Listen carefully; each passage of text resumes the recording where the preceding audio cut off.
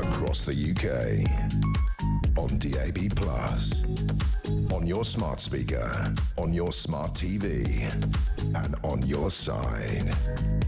This is Talk.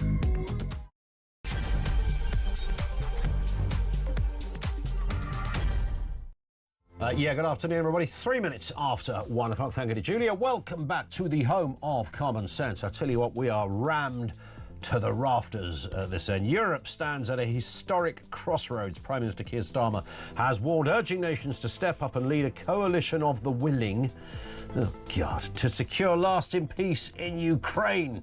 But here's the question, can Europe take on Russia? Because that's kind of the direction we are heading for.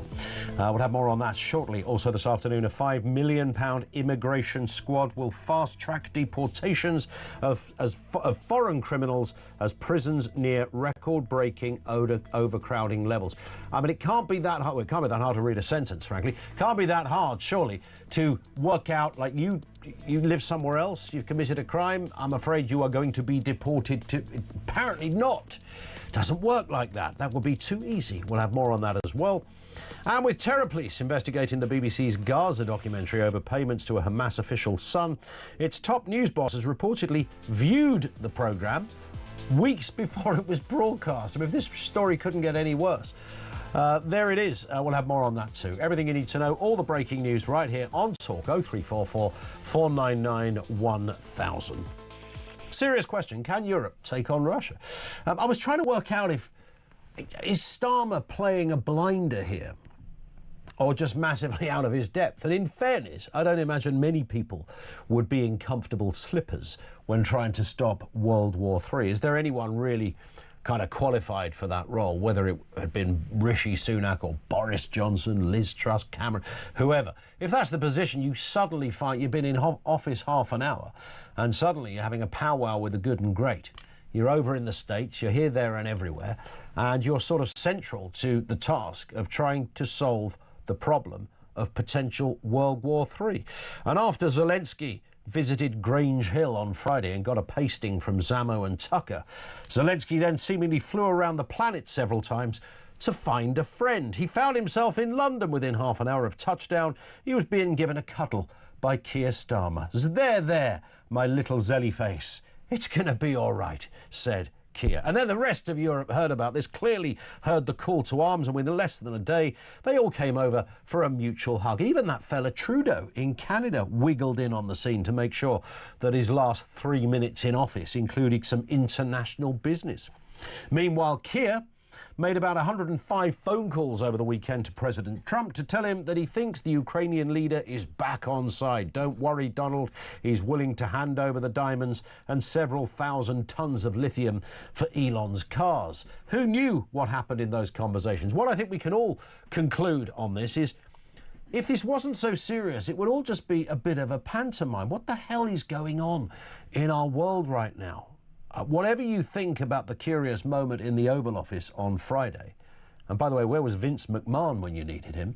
Whatever you think about that, we're in this peculiar place where we have quite definitive lines that have been drawn. There is a dividing marker in the sand now. You've got the United States there, you've got Europe there, you've got Keir saying he's with Donald Trump, but he's actually more with Europe. Putin has said almost nothing on this in the last few weeks, as far as I can ascertain.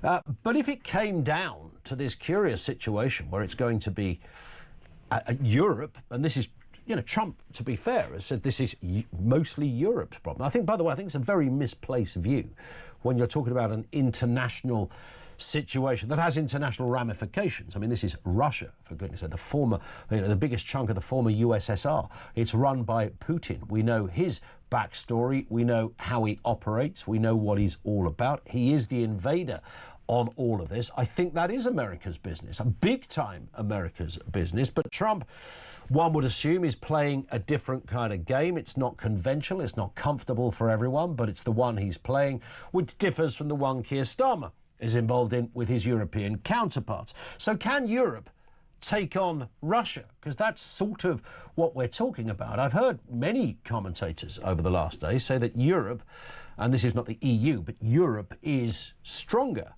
than Russia.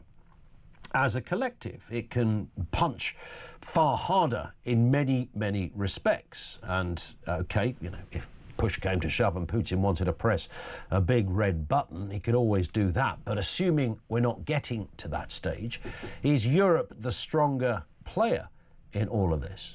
And then Trump may well sit back if it all gets solved and go, see, I told you, you don't need us hanging around on the sea. It's Europe, it's a whole continent to solve this thing. 0344 499 1000. Can Europe take on Russia? Your comments on where you think Trump is on all of this. I know that, you know, there are voices out there that are very... Look, Julia makes her position very, very clear. Mike Graham's position slightly differs on this one. And when it comes to the geopolitical ramifications of all of this, I don't know what kind of heady title or qualification you might need in order to be able to definitively say this is what is happening, because I'm not sure in this fog of confusion that anyone really knows. In fact, let's speak to a man who probably does. Theo Usherwood is with us, political commentator. How are you doing, Theo? Very well, lovely afternoon. Good to be here. Good to see you again. I mean, it is... I don't know where to... The tentacles in this story are so multifarious. And just when you think, well, in any other world up until recently, it would have been us and America, or Europe and America, singing from one hymn sheet, and the sort of lone voice of the state of Russia singing from another. That's all gone. Yes, the world's been turned on its head, and that happened. We knew that was going to happen once Donald Trump became president, and it's happened, I think, perhaps faster than many people expected once the inauguration had happened back at the end of January. But for Keir Starmer, and you're right, I think, just to point to the confusion, we are still a long way from a peace agreement. We had this summit in Lancaster House in central London. You were there for this yesterday. I was there. Yeah, I was there, and it felt a little bit underwhelming at the end. Obviously, Keir Starmer... Well, considering who was there, you might think this would be a much more, major sense to it. Keir Starmer at the beginning of the day had announced that there was going to be a coalition of the willing, but we still don't know, apart from Britain and France, who's going, and obviously Ukraine, who's going to be in that coalition of the willing. We had leaders from right across Europe attending yesterday's summit, plus calls with the likes of Estonia and Lithuania at the beginning of the day. What was Trudeau doing there, by the way? Well, he's as Canadian Prime Minister, he was brought in as well as somebody with a vested interest. Of course, Donald Trump's always referred to, as the 51st state. So, and he's got 3 minutes left in office. So, but it's. And he's also, I think, what's interesting about Trudeau is obviously Canada's part of the Five Eyes intelligence sharing agreement, along with Britain, America, and Australia and New Zealand. So there was the problem we've got. I was on the call with the Prime Minister's spokesman this morning, and a number of other political journalists, and we were asking, people were asking the question, who else is stepping forward? Who else is going to be part of this coalition? And their answer came none. And we're just told that when the time is right for those particular countries to step forward and say that they're willing to take part, potentially put troops on the ground, boots on the ground in Ukraine, then those countries, the leaders of those respective countries, will make their announcement. As to what the plan is, there was a report in Le Figaro. Emmanuel Macron, the French president, said yesterday, where we're looking initially at a 1-month ceasefire, which would only cover air, sea and energy infrastructure. And then you ask the Prime Minister's spokesman, well, is this the plan where you have this? And obviously that doesn't include ground combat. You say, is this the plan? Well, they said, well, we're looking at a number of options, and there are a range of options. So even within this very small circle of this coalition of the willing, there is no agreement as to exactly what the peace is going to look like. And all the while, we know that any plan that is devised is going to have to be presented to Donald Trump as President of the United States. His buy-in to this is absolutely essential. Yeah. Well, let's have a reminder, because you can't really watch this stuff enough, as to just a little snippet of what happened in the Oval Office on Friday. You're right now not in a very good position. You've allowed yourself to be in a very bad position, and he happens to be right about it. From the very beginning of the war. You're not in a good position. You don't have the cards right now. With us, you start having cards. But right now, you don't. You're playing cards. You're playing cards. You're gambling with the lives of millions of people. You're gambling with World War III. You're gambling with World War III. I mean, it's always going to have the wow factor about it, regardless of where anybody sits politically, whether you're kind of, you know, on the sort of Trump side of things, whether you think that he gave him a hard time. I mean, it's you know, must-watch territory, that. Yes, it is. And I mean, I've never seen anything like it, and I'm covering political journalism forever, more than 15 years, and it's just it defies belief what happened in the White House. But I think what's interesting also is that Lord Mandelson, Peter Mandelson, our newly installed ambassador to Washington, gave an interesting interview yesterday where he turned around, and this is with ABC, their sort of one of their weekly Sunday political shows, where he turned around and said, actually, President Zelensky should be the first to announce a ceasefire, because, of course, then it would be up to the Russians to defy it, and talked about Donald Trump's deal when it comes to this minerals deal being the only show in town. And there is what is known in sort of diplomatic or government speak as a small landing zone where America puts in contractors into Ukraine in order to implement that minerals deal, to extract the minerals that can be used in computers, or rare earths that could be used in technology. And that as a result of having American workers in Ukraine, Vladimir Putin would not dare attack Ukraine. But actually, if you look at the complexities of our relationship with America and the complexities of America's relationship with NATO, and particularly when it comes to intelligence sharing, when it comes to the technology that would be used, there is a fair argument to say that actually, when it comes to support from America, it would need to go much further than simply saying Donald Trump turning around and saying to Vladimir Putin, I want to get these minerals, I'm going to put in 5,000 American workers into Ukraine, and if a hair on their head is out of place by the end of it, then it's World War III. Yeah. Actually, when you get into the complexities of the details, it's much more what Europe relies on from United States technology particularly is runs much deeper than that. Yeah, the idea that it's some workers that are going to form the kind of basis for peace, it would be unacceptable to some. But I mean, it was a interesting week. In the Oval Office, Macron was there on Monday, Starmer was there on Wednesday or Thursday. Zelensky was there on Friday. Starmer comes back home. He then has another call with Donald Trump and one with Macron, and Zelensky shows up. Then he has another call with Donald Trump, and then he's probably had another call with Donald Trump since all of this happened. Yeah. So something is going on here. Somebody somewhere is trying. Trump hasn't completely removed himself from this by saying until we get the minerals, there ain't no deal. No, but the pressure is on now on Zelensky, and this is I'm saying this as somebody who supports Ukraine. You want Ukraine. Ukraine's security is security for us all in Europe, including here in Britain. But the pressure is on Zelensky now to find a way back to the Oval Office to sign this minerals deal, because at the moment nobody has come forward with a concrete plan that would either work in tandem with that minerals deal or would supplant that minerals deal. And the pressure is also on Keir Starmer and France as well, and potentially other European nations to step up and come up with something that secures the peace in the short term, but also pressure on European nations. And this is part of what Keir Starmer has been trying to do as well, in fairness to the Prime Minister, is to say that actually we do need to be spending more on defence, and that's why, of course, he rushed for that announcement last Tuesday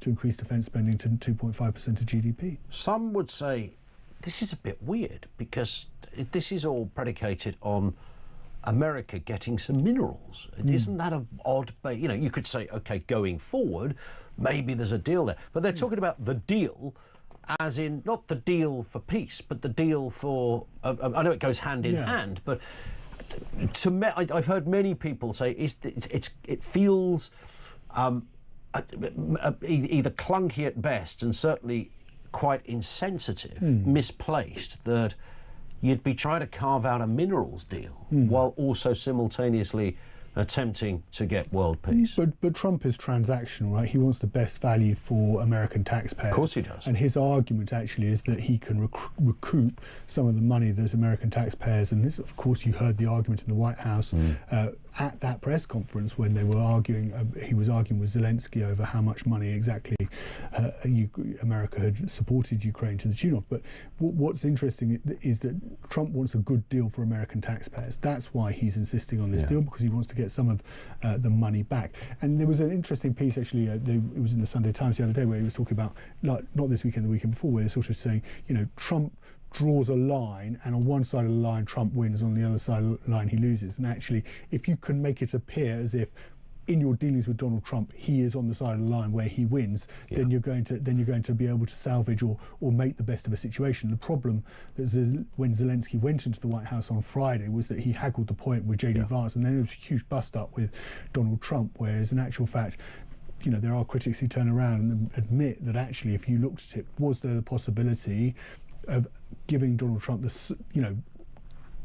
the appearance of a win, signing the deal, and then of course everything else would flow much more easily from that. What do you think is behind the hesitancy, or it's not even hesitancy, it's a complete lack of condemnation of Russia from America? I mean, it's not even hinted at. It is overt. You know, they won't use the word invasion. They won't say that Putin invaded Ukraine. None of this kind of language. It's almost as if it's been removed from the American leader. And that, you know, even if you're a supporter of Trump, it's like, well, surely Trump would recognise Putin as the aggressor here, if nothing else. So, and you've also got the story that came out. I mean, it's not just how it relates to Ukraine. There's also the story that's come out in the last 24 hours or so, where the American government has ceased all hostile or offensive cyber operations against Russia as well. So there's a complete realignment of the relationship. When you listen to defence experts, they're quite interesting in that the way Donald Trump sees the world is similar to how Vladimir Putin sees the world, in that you have it's the rise of the superpower. So you have these strong men, whether it would be President Xi of China, Putin of Russia, and of course Donald Trump in the United States. And then the squeeze comes on much smaller nations as they try to fight for a seat at the top table. And that's the problem that Europe's got itself into, is because it hasn't spent money on defence. We've seen what's happened, you know, the pressure the European economies within Europe have been under, that actually now they want a seat at the top table. And Keir Starmer, along with Giorgia Meloni, the Italian Prime Minister, is trying to bridge that divide between Europe on the one hand, who feels that as the pressure grows with Putin and Trump, coming to a conclusion where they can both exist, but for both to exist, the pressure then comes on Europe and other smaller nations as they seek to carve out their respective spheres of influence. So can Europe take on Russia? There is the question. 03444991000. Theo Ushwood is with us, taking a look at the big stories of the day. More to come, including, of course, that BBC documentary. The controversy over that is not going away. And a border boost as foreign crooks locked up here will be deported faster, courtesy of £5 million. Will that really work? Details on the way. It's 1:20. This is Talk.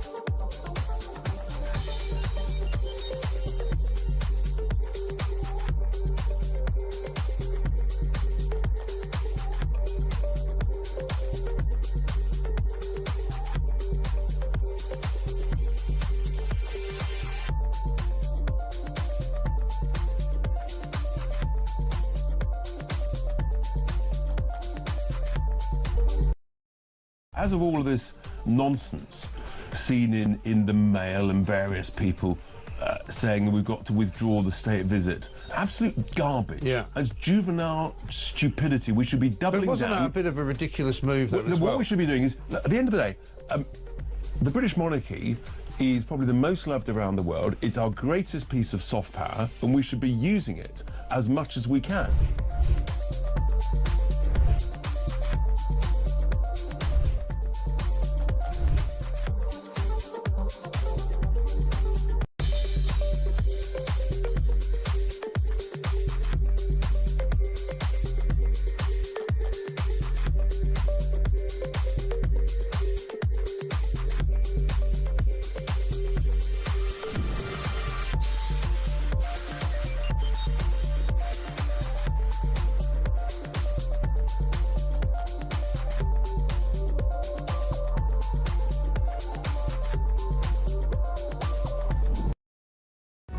Across the UK, on DAB+, on your smart speaker, on your smart TV, and on your side.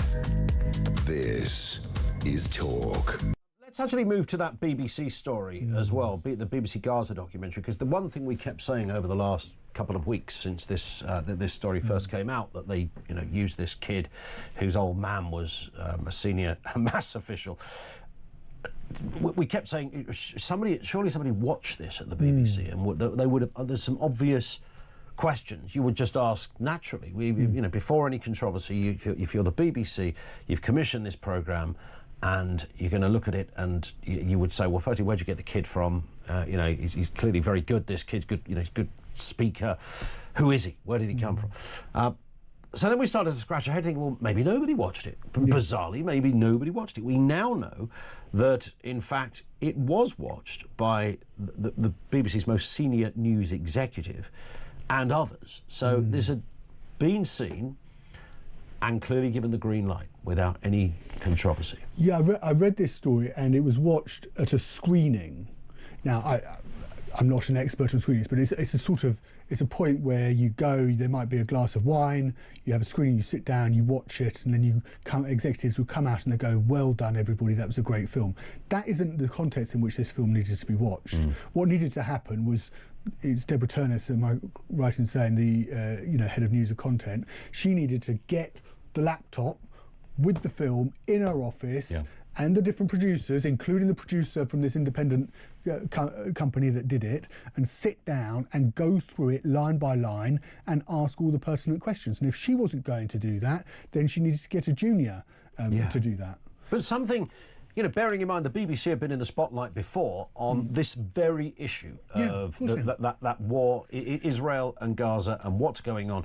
They've been accused, several of their journalists have been accused of bias, and so unlike any other documentary, any other theme of documentary or genre, this would have been the one that they'd have gone, right, we've really got to look at this and make sure we've got it right. But the starting point is completely the wrong starting point. It's a very interesting thread that the Board of Deputies did. What you need to understand about Hamas is they control everything in the Gaza Strip, like everything. It is a complete autocracy. They are the government, they're the police, they're the administration, they're the health service, everything, right? So if you're going to go in there and make a film, you are not going to make a film without Hamas's involvement. It's like if you go to Afghanistan and you make a film in Afghanistan, it is going to be now, because we've left Afghanistan, it is going to be at the behest and with complete control of the Taliban. Correct. So what do you expect that you have this situation from the BBC? Like, think, who is controlling this? Who's pulling the strings on this? It is inevitably going to be Hamas. And the BBC is the British Broadcasting Corporation. It's not in the business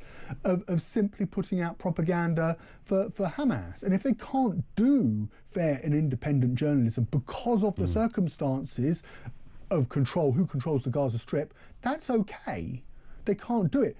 But don't put out propaganda for the other side. There should have been all you needed in that documentary. You can show the documentary, but you have to say right at the beginning, right, okay, this was made under Hamas control. And we paid the mother of this boy, who is the son of a Hamas official in the government. All of that has to be up front. Journal, you cannot have it any other way. So how the head honcho of all things news related at the BBC could have missed that is extraordinary.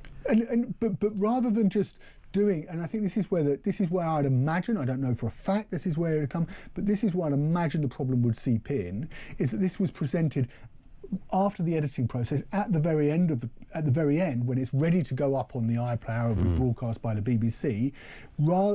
Actually what needed to happen was the scrutiny needed to happen during the editing process, where the executives, either Turness or her team, people on her team, were looking at that and asking all the pertinent questions. 100%. Let's just finish with another. The language police have been out and again, Theo. They're often, they're quite busy these days. This time they descended on Wokingham Council, who banned staff from using the phrase hard-working families, because that might offend the jobless. The council's inclusive language guide also discourages terms like blacklist and whitewash due to potential racism. And this is people literally making stuff up. And nobody asked for this.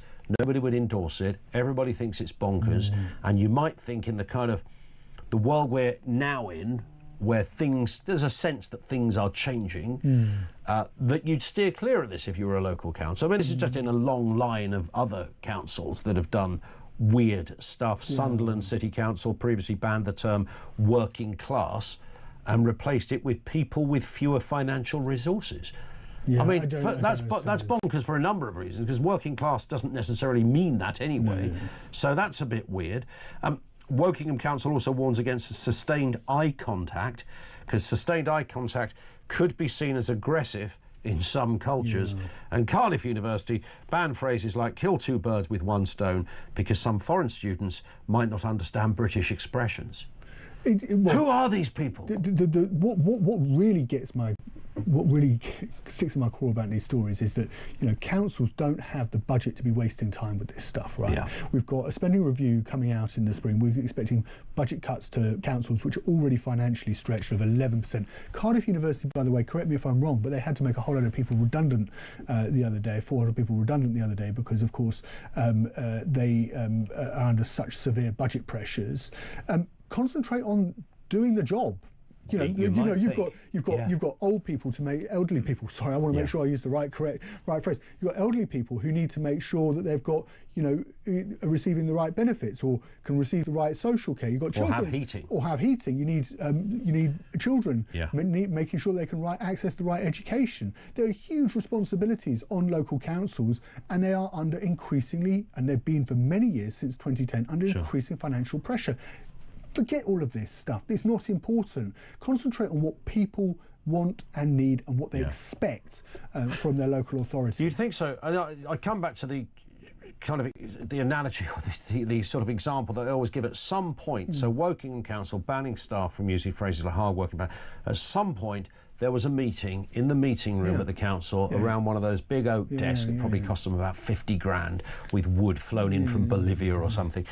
And somebody, an individual somewhere, said, oh, I've got an idea, and put this on the table. Now, you'd think that would be the point, that everybody would chuck a bucket of water over their head and say, never come in this building again because you're a half-wit.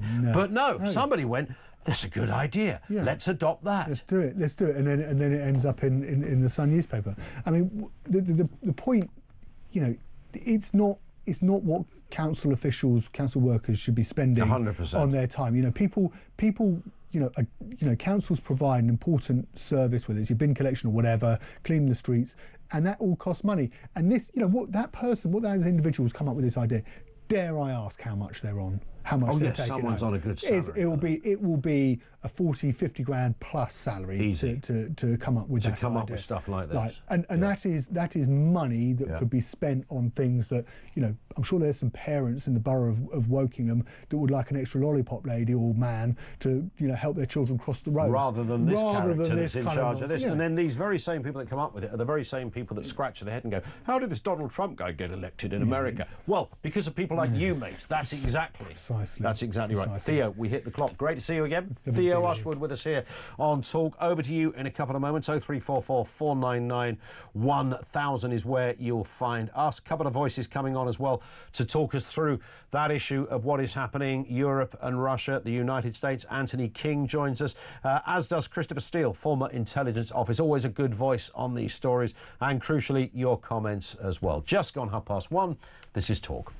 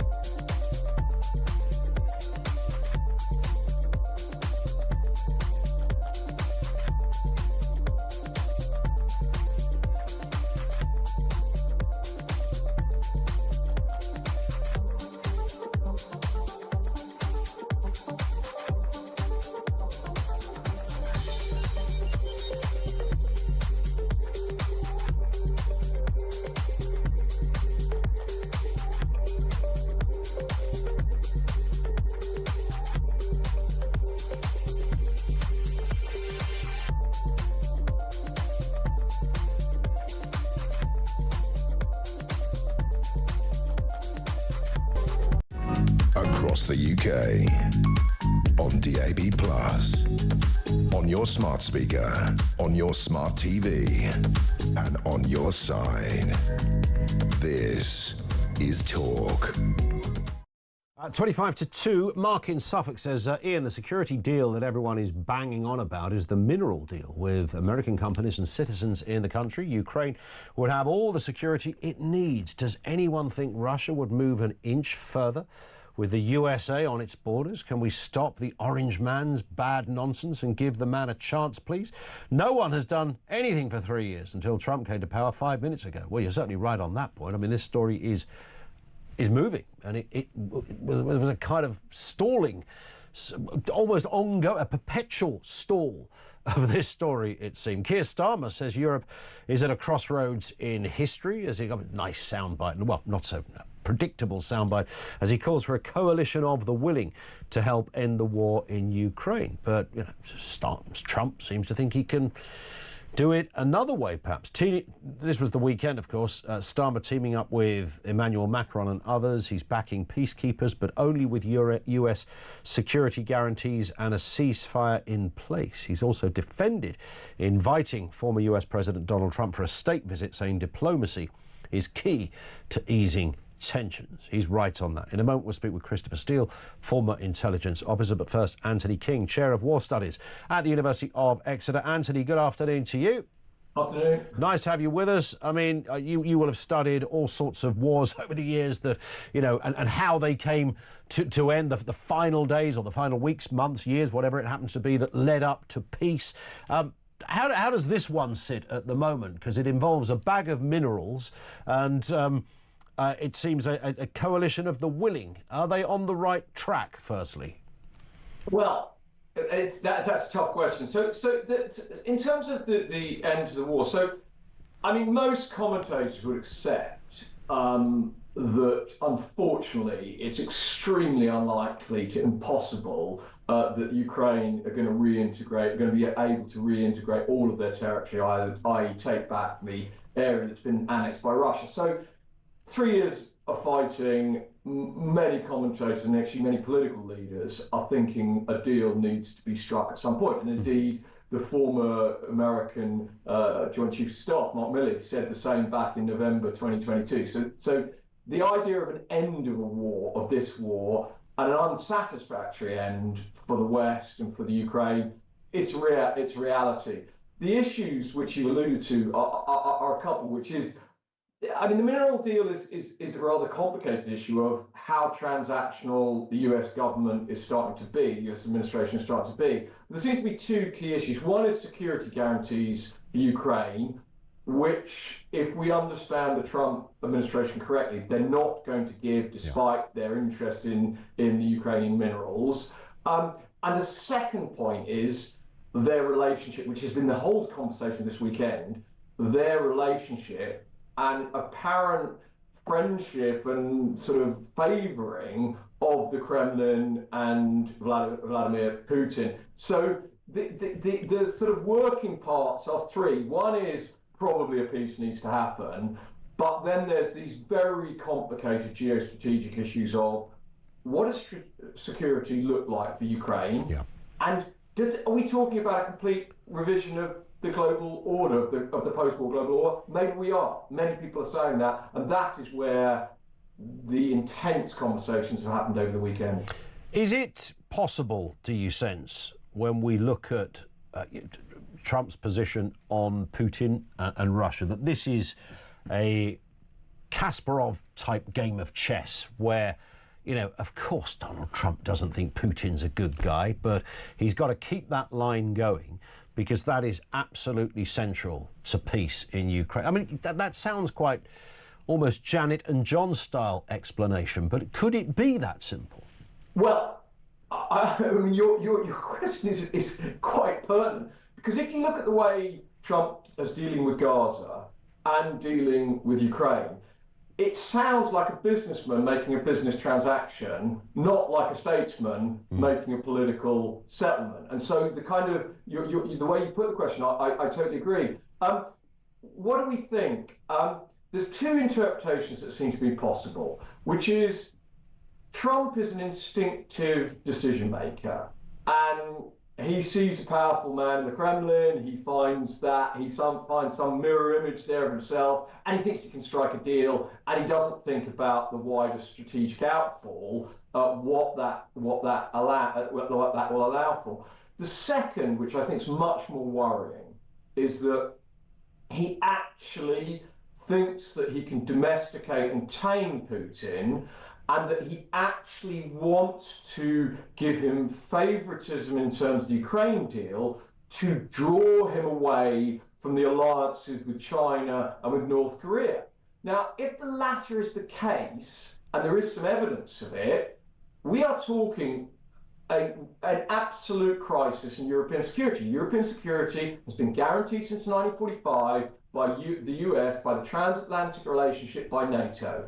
And if Trump is seriously thinking of the latter, that puts that into jeopardy. And the other point about this is, it's great to be a great deal a businessman, but a one-off deal is different from diplomacy. And there is no evidence that Trump can be trusted. So if it is indeed that second interpretation, it's not Trump just instinctively trying to make a deal, but we're talking about a profound macro structural transformation in US strategy. That is deeply worrying. Indeed. Anthony, thank you. Anthony King, Chair of War Studies, University of Exeter. Let's get a word from Christopher Steele, former intelligence officer. Christopher, good afternoon to you. So who's playing the blinder here? Keir Starmer and the other European leaders, Donald Trump and Mr. Vance over there in the Oval Office, or Zelensky? How are you judging this so far? Yeah, hi. And I don't think anyone's playing a blinder at the moment. I think Keir Starmer has worked very hard to build, a relationship with Trump, who's not a natural bedfellow, shall we say, and indeed with the Europeans. And I think that's going well as it could on its own terms. But I think in this situation, you have to go back to basics. You have to ask yourself, first of all, what are Putin's objectives in pursuing this war? And where are they likely to go in future? And it's very clear that Putin doesn't want Ukraine to be a sovereign or independent state. And I believe that the problem with this is that if we have some kind of even peace deal now, even if it's backed up by a backstop, that doesn't mean that the Russians aren't going to go away, regroup, rearm. Their economy is going to benefit from the lifting of sanctions. And they're not going to be back in 3 to 5 years for more. And I think that's the fundamental problem, that Putin only understands hard power, and he doesn't really want peace at all. He wants to subjugate Ukraine. We often hear Trump either say or certainly allude to, Russia don't want to war. Russia aren't going to go and invade anybody. There's not going to be any big bombs that come via a red button that are launched on anywhere. You're overreacting almost. That seems to be his implicit message when he's making statements on this. Yeah, I don't agree with that. I mean, Russia has, as you know, a recent history of invading its neighbouring countries, in Georgia, where it's still occupying territory that, even under international law, belongs to Georgia. The same is true, in fact, in Moldova with Transnistria. So I don't think this is true. I think the real restraint on Putin is capability. And the fact is that the Russians aren't in a particularly strong position at the moment. There's a stalemate on the battlefield. They've lost at least half their army. And I think we shouldn't be negotiating, if we are going to negotiate with them, regarding them as being from a position of strength. They're not in a position of strength. They're in a position of weakness at the moment, and the negotiations should reflect that. So we threw the question out at the beginning, can Europe take on Russia? Because Trump's overt comments on this is that this is largely a European issue. I don't fully agree with that. I think something as big as this has clear and obvious international components to it, particularly for the United States. But geographically, Trump's point, look, this is a European issue. You guys sort this out, for goodness sake. Yeah, I mean, there's no question that it is primarily a European issue. It's a regional war, but it's a war that does reflect, I would argue, on other conflicts worldwide, because if an aggressor is seen to get away with taking another country's territory, that will have implications for China and Taiwan and other places in the Balkans, possibly Venezuela and Guyana and so on. So I think it does have wider implications. And I think in answer to your question, I think Europe has the financial capability to support Ukraine going forward on its own, but it doesn't really have the military or intelligence capability to do that. And that's the fundamental dilemma that, Macron and others, Merz in interesting intervention last week, have faced in this situation. Listen, Christopher, we seem to have lost your line there, but timely as it was. But thank you for your time. Christopher Steele, former intelligence officer. It's kind of interesting. Sean's just sent this one in saying, I'm absolutely furious. Keir Starmer has now, through his own ego, put us in real danger of an all-out war with Russia, along with cozying up to the EU. All of a sudden, our military is now strong enough and we have plenty of money to back this. Never has the term dangerous idiot been more appropriate. Now, that would have absolutely had been certainly one of the positions that because there's no one position on this, right? I mean, if there is, then, you should be watching a football match, not an international story developing like this. So there's many kind of sort of elements to this, and I'd love to be able to get my head around all of them and say, yeah, this is definitively what I think. But the point that Sean's just made, I totally get that. But then I listen to what appears to be, I keep getting told, by the way, the majority of people in this country are 100% behind Zelensky, and certainly not behind Trump. Now, I know it depends on who you talk to. I think that's a bit of a crude way to put it, frankly. But Starmer appears to have come out of this rather well. Now, that's the bit that goes against what Sean just said. Starmer's being lauded as this kind of, on the international stage, you've got Macron and you've got all the other leaders, and Trudeau was there from Canada, but the shining star, it was hosted by us, so maybe because of that, but the shining star is Starmer. Now, I'm not buying into that for 1 second, by the way, because it's Starmer. I just don't think he doesn't appear to be a guy that looks as if he's very comfortable with that sort of title or that level of control. I don't think it is that. Maybe it's a perception. Who's right, who's wrong? And that, again, that shouldn't be the question here, because there's probably loads of rights and loads of wrongs in all of this. Zelensky, to many people, including many in the White House, is the bad guy. He said, well, hang on, my country was invaded. I didn't invade anybody else. They invaded us. They invaded us. Which bit of that do you not understand? Russia invaded Ukraine. And as a result, we now have a war. At what point did President Putin become the good guy in all of this? Now, that's a completely reasonable question. This is a horrendous, murderous dictatorship. Nobody wants to live in Russia. How many people do you know that emigrated to Russia? 0344 499 1000. So can Europe take on Russia is our question. And we just heard there from Christopher Steele, who said, well, yeah, in some respects, yes, but in military terms, they need the backing of America. What does that look like? Many of you have got in touch and said, well, if you put American workers in there, for the minerals and stuff, Russia aren't going to attack. But does an American worker want to be seen? Is that what I do? I actually work at the reception at America Acme Mineral Corporation in Kyiv by day, but I'm also part of a protective ring of steel to stop the Russians bombing. How does that one pan out? You see where I'm going with this. There's so many layers to this story. 0344 499 1000. This is Talk.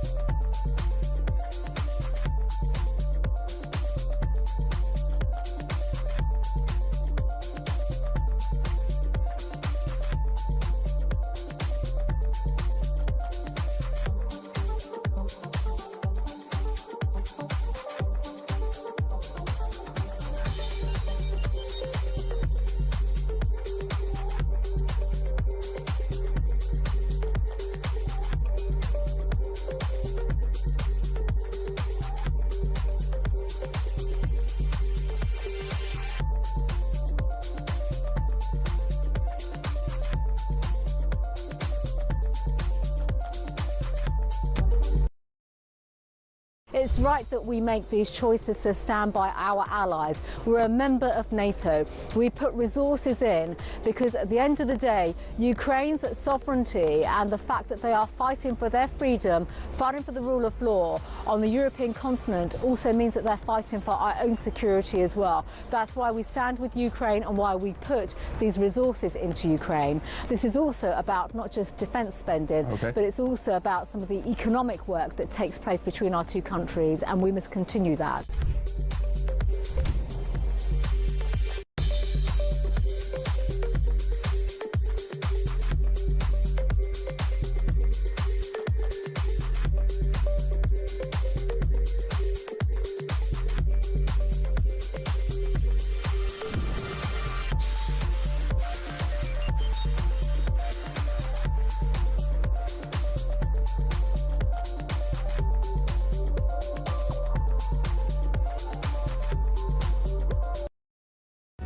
Across the UK, on DAB+, on your smart speaker, on your smart TV, and on your side.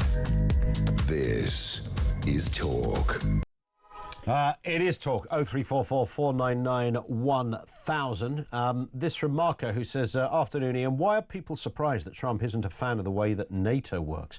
He specifically said he was going to get rid of the trans madness. I don't know whether you mean trans madness or sort of transatlantic madness, but either way, yeah, he's never been a fan, really, of NATO. Well, certainly not the way that NATO is funded either. Christopher Steele, our previous guest, seems to divide the room between those of you who are getting in touch, saying, great to hear Christopher Steele on. Others saying, no, this is the guy that helped frame Trump in Russia, in the Russiagate story. Well, you can take your own views on that one. If mandatory description is used, say goodbye to a generation of our youth, says Mick. I don't think, well, I mean, be careful what you wish for, I suppose, or be careful what you wonder. I don't think we're in that territory, Mick, but yeah, you couldn't not include that in points of debate if you were discussing the potential here. I don't think that the European conglomerate want to go in as a military. I don't think there's any suggestion of that from Macron or even Starmer. But I think clearly what they feel most strongly about is one of the things they feel most strongly about is the acknowledgement that Putin is called out for who he is. Now, this is the difficult bit with Trump. Trump is playing a game of diplomacy. I think he's doing it pretty well for the most part. But it is weird to not hear an American leader utterly condemn a brutal dictator like Putin, while calling the other guy a dictator, and not in any way even acknowledge that Russia invaded Ukraine. How far do you play that diplomatic game?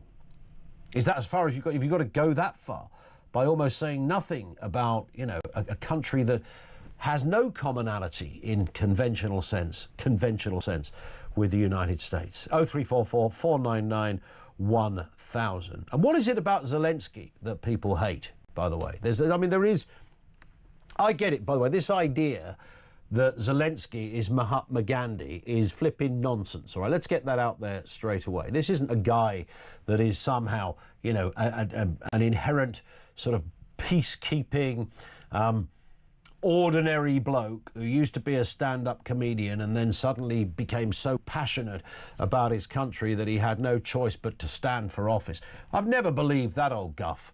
But I do believe that he was the bloke who was there when his country was invaded. I know people will pick different bits of history and go, but if you look back, 2014, go back even further than that, go back to 1987, look what was happening there, 76, and the list will go on. Let's take some calls from you. Chris in Epsom on all of this. Chris, what have you got for us? Hello. Hi, Ian. Nice to talk to you again. You too. Fire away. When you get off the show, read the long X that I sent you and about what I think we need to do at the moment. But what I phoned up for was to paint a very, very black picture.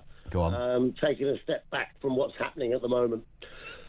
If, as Trump is being called for to leave NATO, which some of his security advisors are telling him to do, if we put boots on the ground, as they're talking about, if we get the support of the willing, as Starmer says, all Putin is going to do, because we know what his ambitions are. He's told us, and he's acted on them in the last 20 years. What we need, we have boots on the ground with the other European countries in Ukraine as peacekeepers, not as fighting force. Yeah. But we're depleted. The whole of Europe's depleted in supporting this. And something like that needs to be done, because there is parallels with 1938 and appeasement. The problem is that Putin can go into Moldova, where he's already got troops and they're calling for a separate nation identity. He can do the others. He can lick his wounds and go into these other countries that aren't part of NATO. Then, when he's got his strength back, if Trump has pulled out of NATO and Europe is standing on its own, he then comes forward.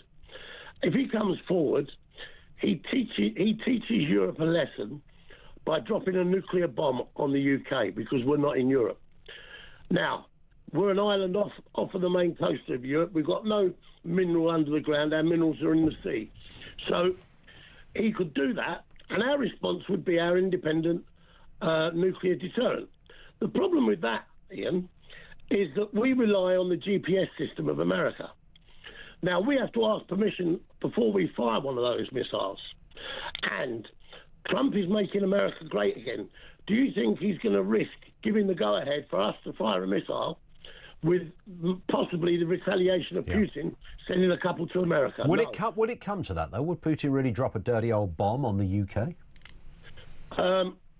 America did it in Japan twice. Well, they did, but you'd like to think we've learned a lot of lessons since then, right? Well, yeah. I'm not sure we have, but, you know, that's the theory at least. The thing is, Ian, when you look at it in this black light, all right, we're an island nation off of the main body of Europe that he can do without. He wants Europe. He can do without the UK. So we have to be very, very careful. We have to let Trump play this game, but we mustn't let him out of NATO. I mean, that really, really allows Putin. So do you think, in all honesty, Chris, do you think that Putin, if there was no NATO, would try to get the entirety of the European continent? Without a shadow of a doubt. That's interesting. Because I left the forces in '85, and I've watched them be depleted while I was in from 79 to 85. Probably from 82 to 85, I saw the investment in the armed forces going down. Now, it's been going on for nigh on 40 years. The trouble is, we have lived in the protection under the petticoat of America. And we've been spending money on social programs and this, that, and the other, and giving money away to other countries to bring them along. And we haven't thought about, hang on a minute, we need to make sure that we're safe. And we, you know, in that excerpt I sent you earlier, we need to stop these boats coming over. We need to get rid of the non-payers here. We need to attract people into the armed forces with brains, give them free, as America does, give them free university funding for serving in the armed forces.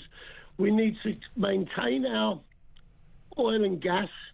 We need to maintain the blast furnace, because we've got no way of making our own munitions or armaments. We haven't, but of course with the rest of, we only got about 10 seconds, Chris, but with the rest of Europe together, does that make our position equal to that of Russia? Not in military terms, but does it have other desirable effects and positive effects? The whole of Europe against Russia. The other thing we need to do is to drop the inheritance tax on farms, because we need to actually upgrade our food security. Okay. Because if anything does happen, we're not going to see boats and planes coming in with avocados from South America and runner beans. Believe me, I live in Sevenoaks. That place would shrivel up without an avocado on a daily basis. Listen, it's a great call, Chris. Very thorough stuff from Chris in Epsom. Don't go away, Andrew. With you shortly. 0344 499 1000. Can Europe take on Russia? Let's get the news headlines at 2 o'clock.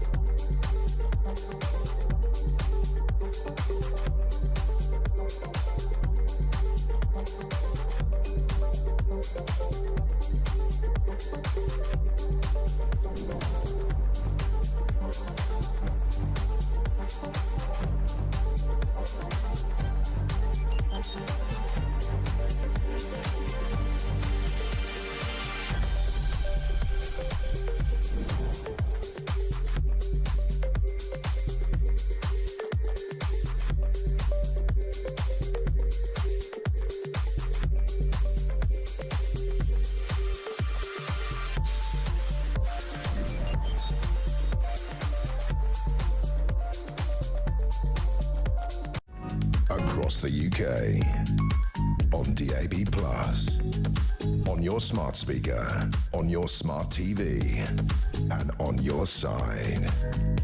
This is Talk.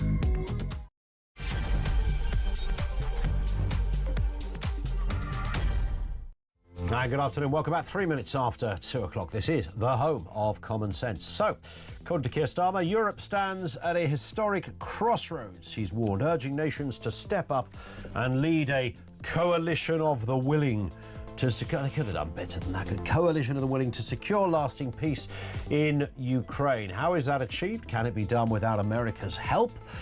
And can Europe take on Russia? There's a question. The lines are open on that. We're pretty chocker on the phones. You want to bypass all of that and put a voice note in? You can do too. Also this afternoon, a £5 million immigration squad will speed up deporting foreign criminals as prisons hit record overcrowding levels. This can't go on. It's actually quite easy to solve if there is intent and a willing to do it.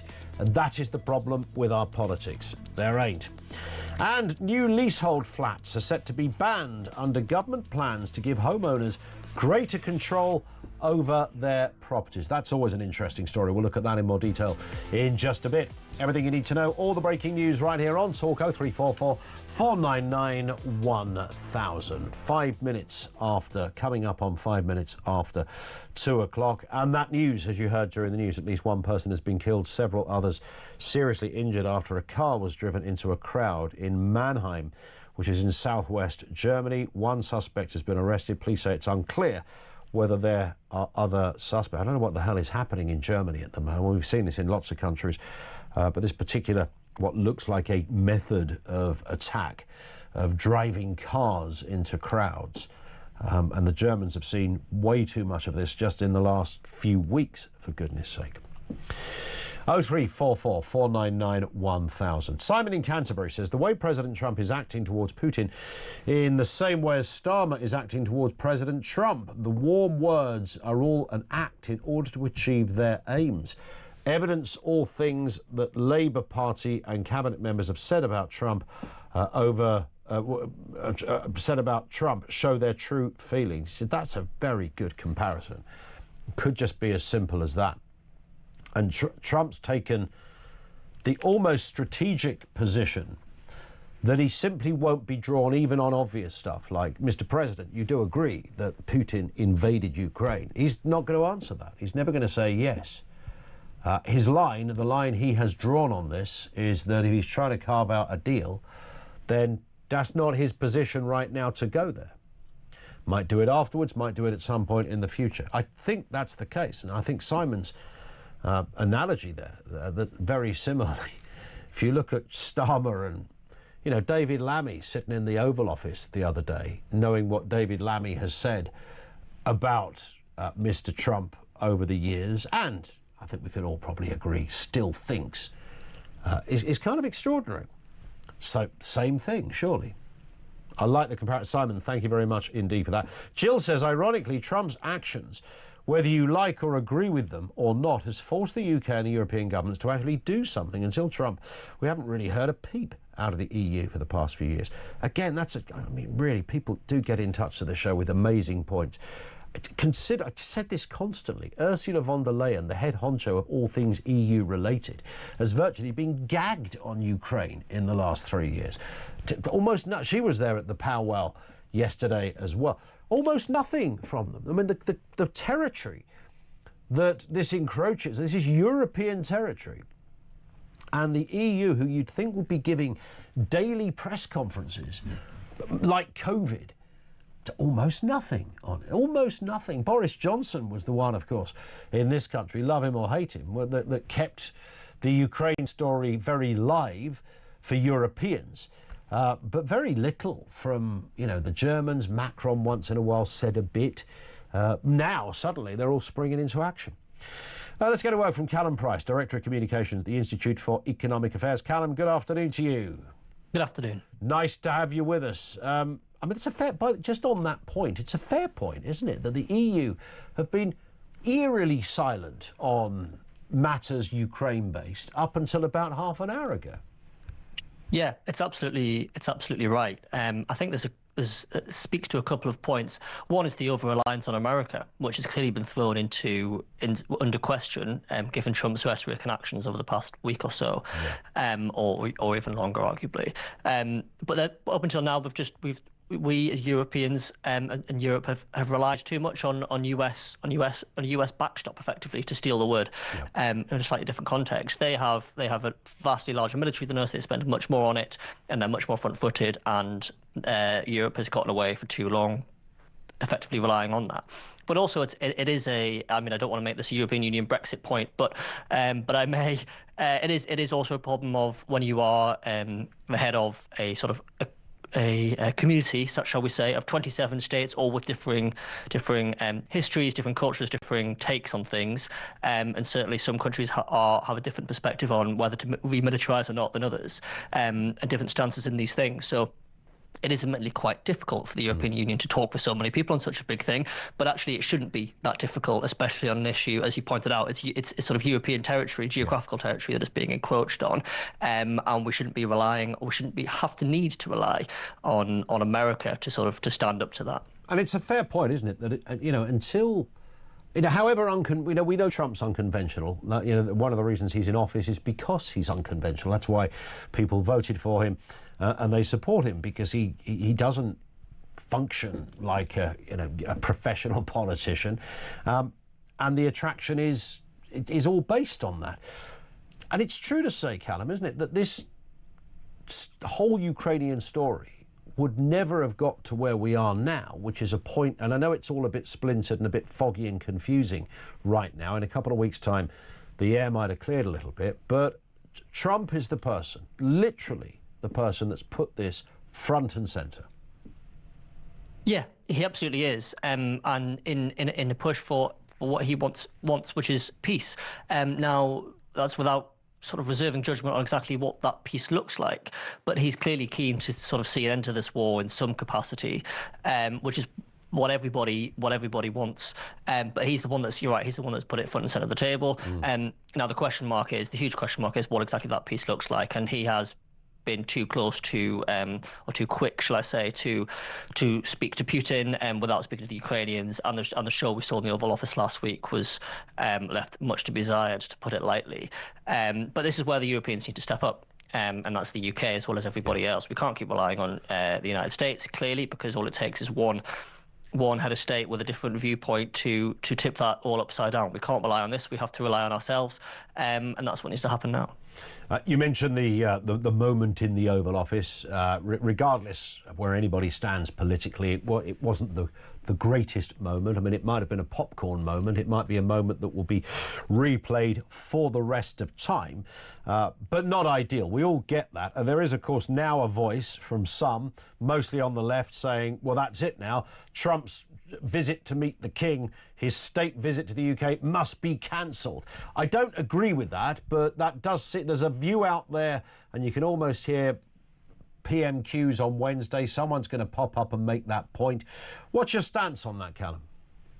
I agree with the Prime Minister, with yourself, that it shouldn't be cancelled. I mean, it is. Look, we all watched that scene in the Oval Office, and jaws were on the floor. As you said, it was a moment to remember, but arguably one we'd like to forget more quickly. It was an unedifying, unfair, and arguably potentially even a setup on Zelensky, and not a way that any international leader should be treating an ally. But that does not mean that the best thing to do now is to sort of throw toys out the pram in some signalling exercise. The United Kingdom has a serious role to play here in actually what we need to sort of take a step back here and say, what is the end goal here? And the end goal is peace for Ukraine. And is cancelling or uninviting Trump on a state visit going to help that? I don't think anybody's under the illusion that is how you get to peace. Understandably, having watched that, the meeting and Trump's behaviour and Vance's behaviour, the instinct from a lot of people is to say, well, that's outrageous. We shouldn't be accepting him here. That's not how you should behave. Maybe it's not, but this is international politics. This isn't sort of telling one of your children off. And what matters is outcomes. And clearly, the best way to deal with Trump isn't to rescind that. The invitation, the extension of the invitation, was deemed 24 hours before Trump's meeting with Zelensky as a diplomatic win for the Prime Minister, and it was a good move, and brought him into the conversation, brought him over to our way of thinking on this matter. Undoing all of that because of one very unpleasant, granted, event isn't going to get us anywhere. Starmer needs to keep a cool head, and he appears to be doing so, and play the real politics of this, and let the opposition MPs and the opposition parties and the commentators throw their toys out the pram. Let's move to this story. Labour's solar power expansion schemes, they are multiple, prioritising net zero, but prioritising over farmers. And there's a big concern in the farming world. I mean, the farmers are being hit in all sorts of directions, not just the inheritance tax thing, but all sorts of other issues. But certainly there's an agriculture view here that this expansion of solar farms, which are happening all over the place, will encroach on territory and farmland, maybe compulsory purchases, things like that. It could be a big issue for the UK's farming community. Absolutely. I mean, I think the first thing to say here is that the net zero goal is noble as it may be, is going to have far wide unintended consequences, both on farmers but also across the park on the economy and on our energy generally. We do need more energy. That much is clear, and ideally as much of it as green as possible. But we know that solar panels aren't necessarily always the best way to get there, although they will have to be part of the mix. We need more nuclear power. We need more energy in general. We need to keep exploring for oil as well in the interim. Net zero, not everything shouldn't be sacrificed on the goal of net zero, as much as we do need to decarbonise and move to a greener economy eventually. And yes, you're right. The farmers are one of the victims in this. From the story clearly underlines. And what Labour have is quite a serious problem with farmers. They've got call it an optics problem, call it a politics problem. But one of the, if you take the children's book theory of politics, which is you should never upset a profession that appears in a children's book, so that's nurses, teachers, farmers, if you want to do politics properly. But with this combined with other things that are happening, as you mentioned, most obviously the inheritance tax increase on farmers is a serious problem for them, for Labour that is. But also they've clearly made the judgment that although there are votes in rural issues, there aren't necessarily Labour votes in rural issues. So there's clearly been a political decision made there. Although there is a Labour MP, I think one of about three, there's not many of them, has come out today and said, you've got to rethink stuff like the inheritance tax. But I don't hold out much hope that the government are going to do any kind of reverse ferret on that one anytime soon. Speaking of reversals or U-turns, Angela Rayner looks as if she's going to have to water down the workers' rights bill as that little clause that talked about the right to switch off policy. This was about staff not being contactable out of hours, almost in any shape or form, be it a text, a WhatsApp message, email, whatever. It does work in other countries, we are told, but it's going to be dropped from that, or potentially dropped from that bill, because it's seen widely as completely unworkable.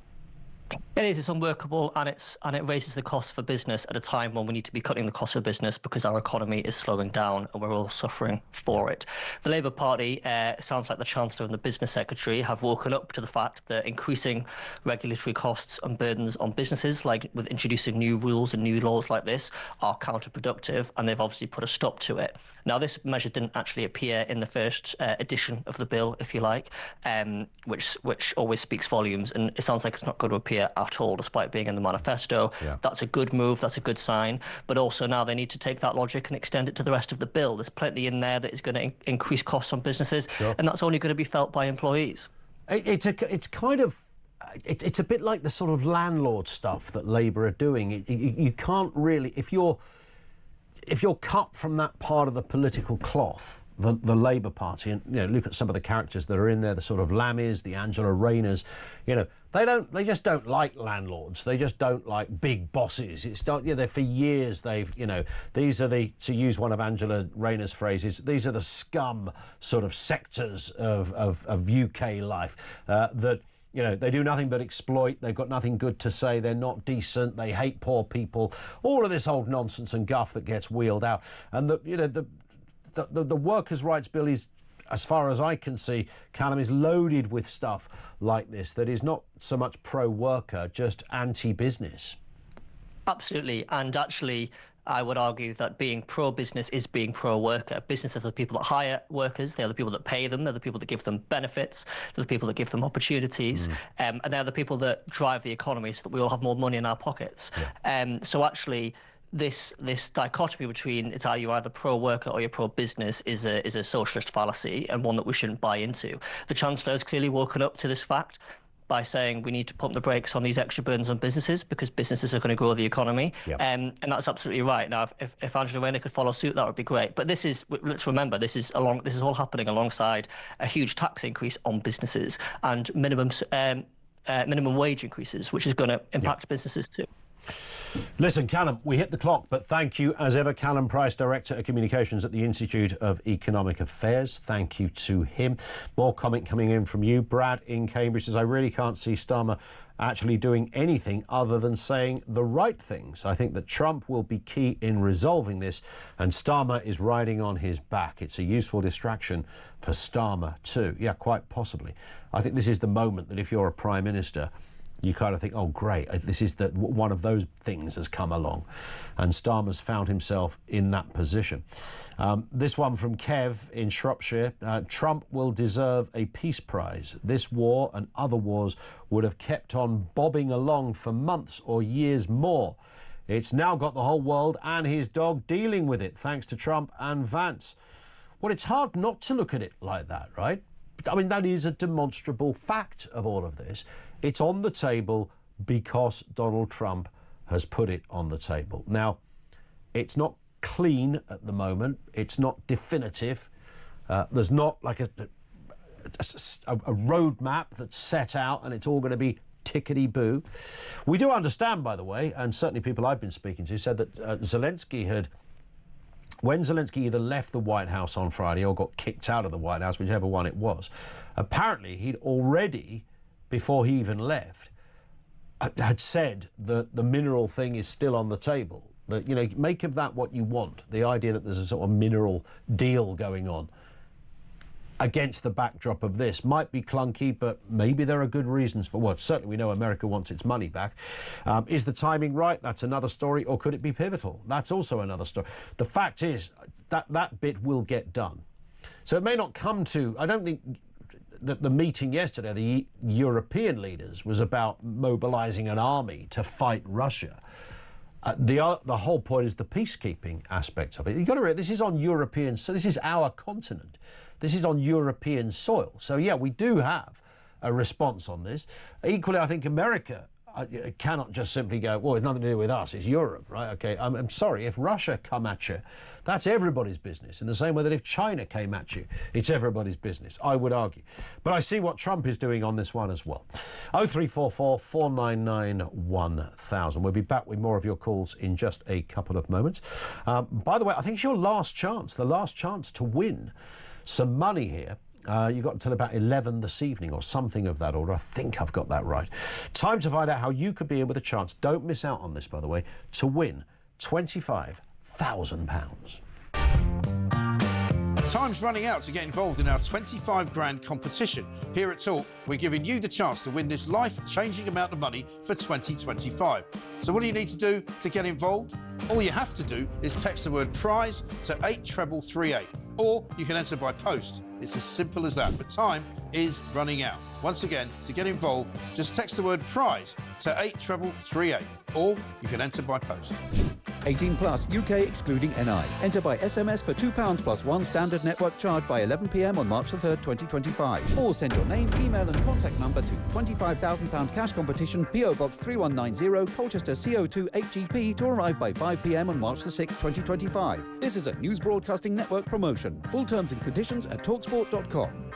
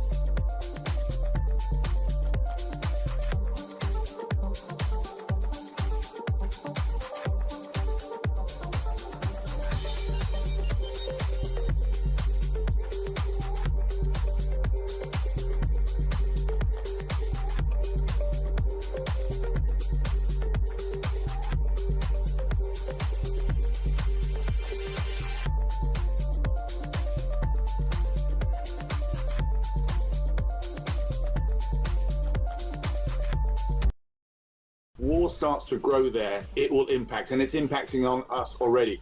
Daily, we are attacked by Russia in the grey zone, whether it's been those cables in the English Channel, whether it's cyber attacks and so on, disinformation, coercion. It is happening and going to get bigger and bigger and bigger. It's a real war in Ukraine, and if that fire isn't put out, it will spread. So why have they only started talking about it in the last 4 days then? I don't know why. But well, you should know. You used to be chair of the Select Committee.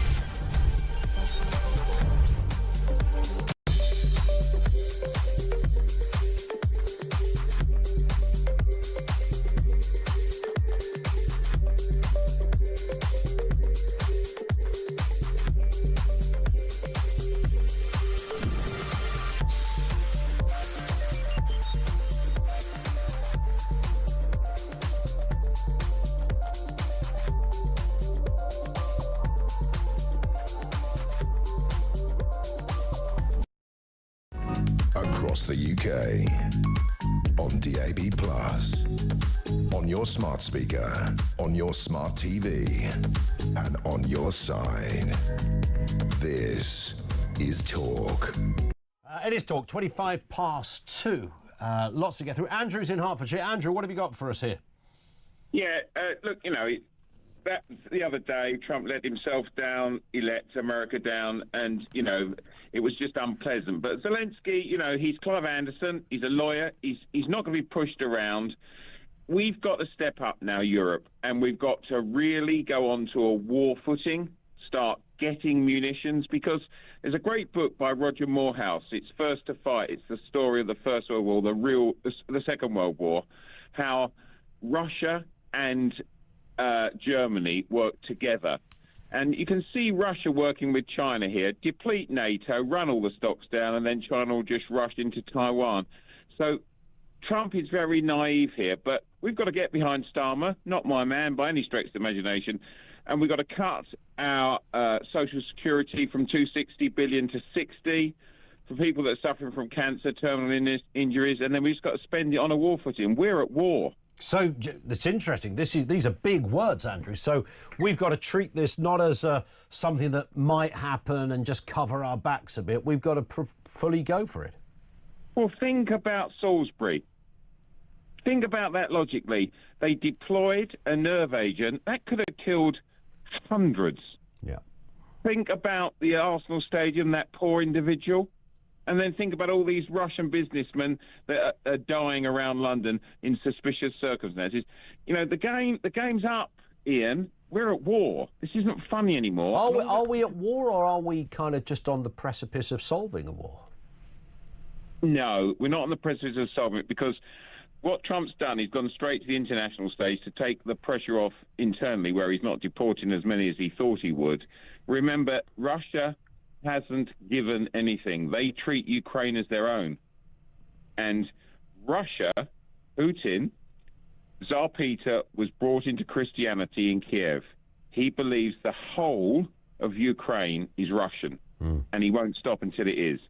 And it's funny that we're pandering to Putin because he doesn't want troops in Ukraine. It's not his country.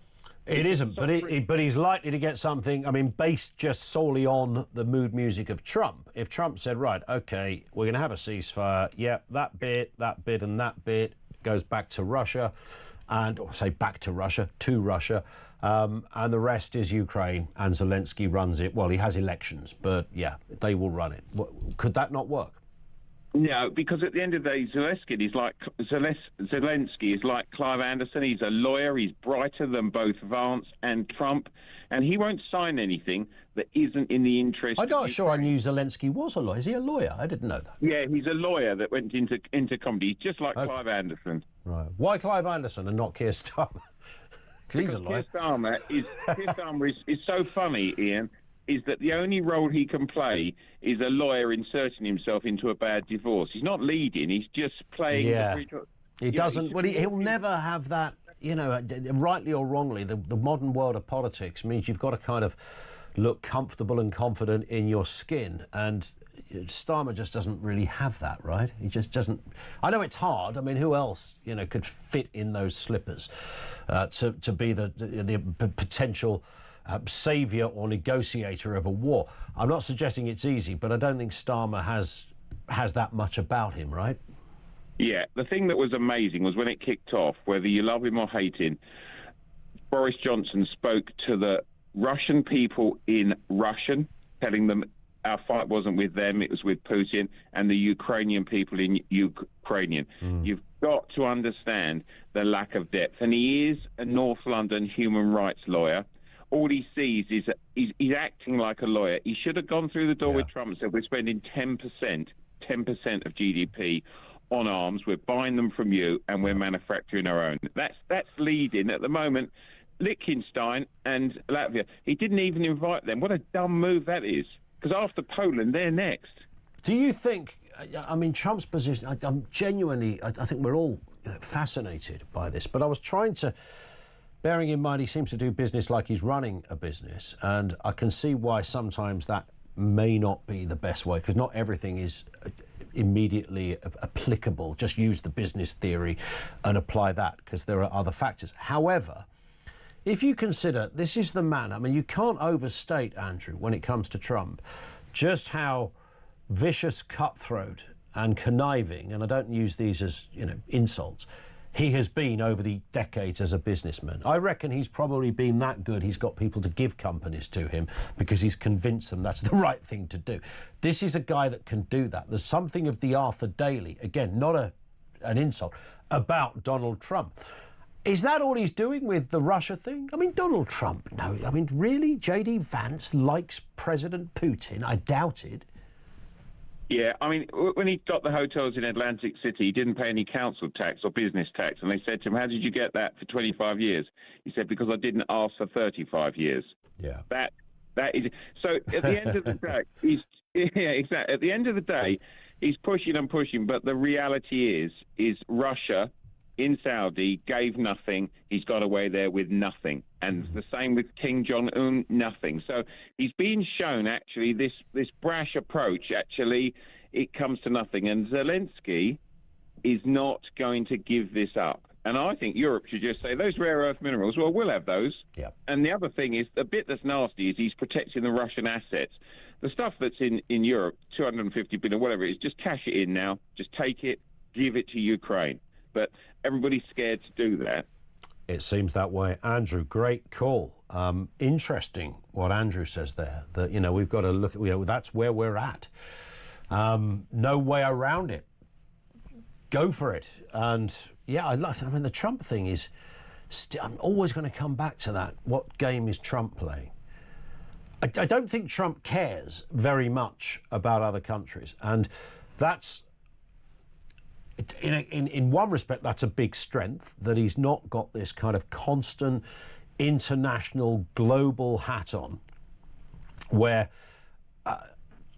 he's kind of forced into this sort of groupthink that tends to happen. That was what I thought yesterday when as soon as, oh my God, as soon as you see Trudeau and Macron in the same room, you just think, oh, what time does the groupthink start? Because these guys have got a PhD in it. That's all they do. Sit around having these powwows, either on the blower or face to face. They love a bit of groupthink. It's how they get out of bed in the morning.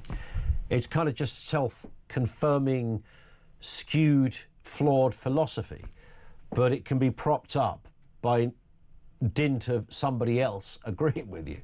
And that's how they fight. Trump doesn't do any of that stuff. That's the breath of fresh air bit that his opponents simply don't understand. Having said that, you cannot live in this world without there being international considerations to stuff that you do, whether they are financial, military, whatever they happen to be. So, yeah, Trump shoots from the hip and maybe, he gives it large, to coin the phrase. But he's absolutely playing some sort of game here, because whilst he doesn't really care about Russia, he's aware that this is a military superpower. Might not be economically powerful, but in military terms, boy, have they got some kit. And Simon in Devon makes that point. He says, Europe go to war with Russia, then Russia have hypersonic missiles. That if Europe go to war with Russia, Russia have hypersonic missiles that would reach London in less than 15 minutes, and they can't be knocked out of the sky in one of those kind of anti-missile things. The West does not have this technology yet. I suggest peace is probably the better option. I agree with that, and I don't think the powwow of the good and the great yesterday in London, the Macron and Trudeau thing, I don't think that was about mobilising an army. I think that was about finding peace. But if your peacekeeping force looks a bit like lots of armies, you could be in trouble. Simon, thank you for that. 0344 499 1000.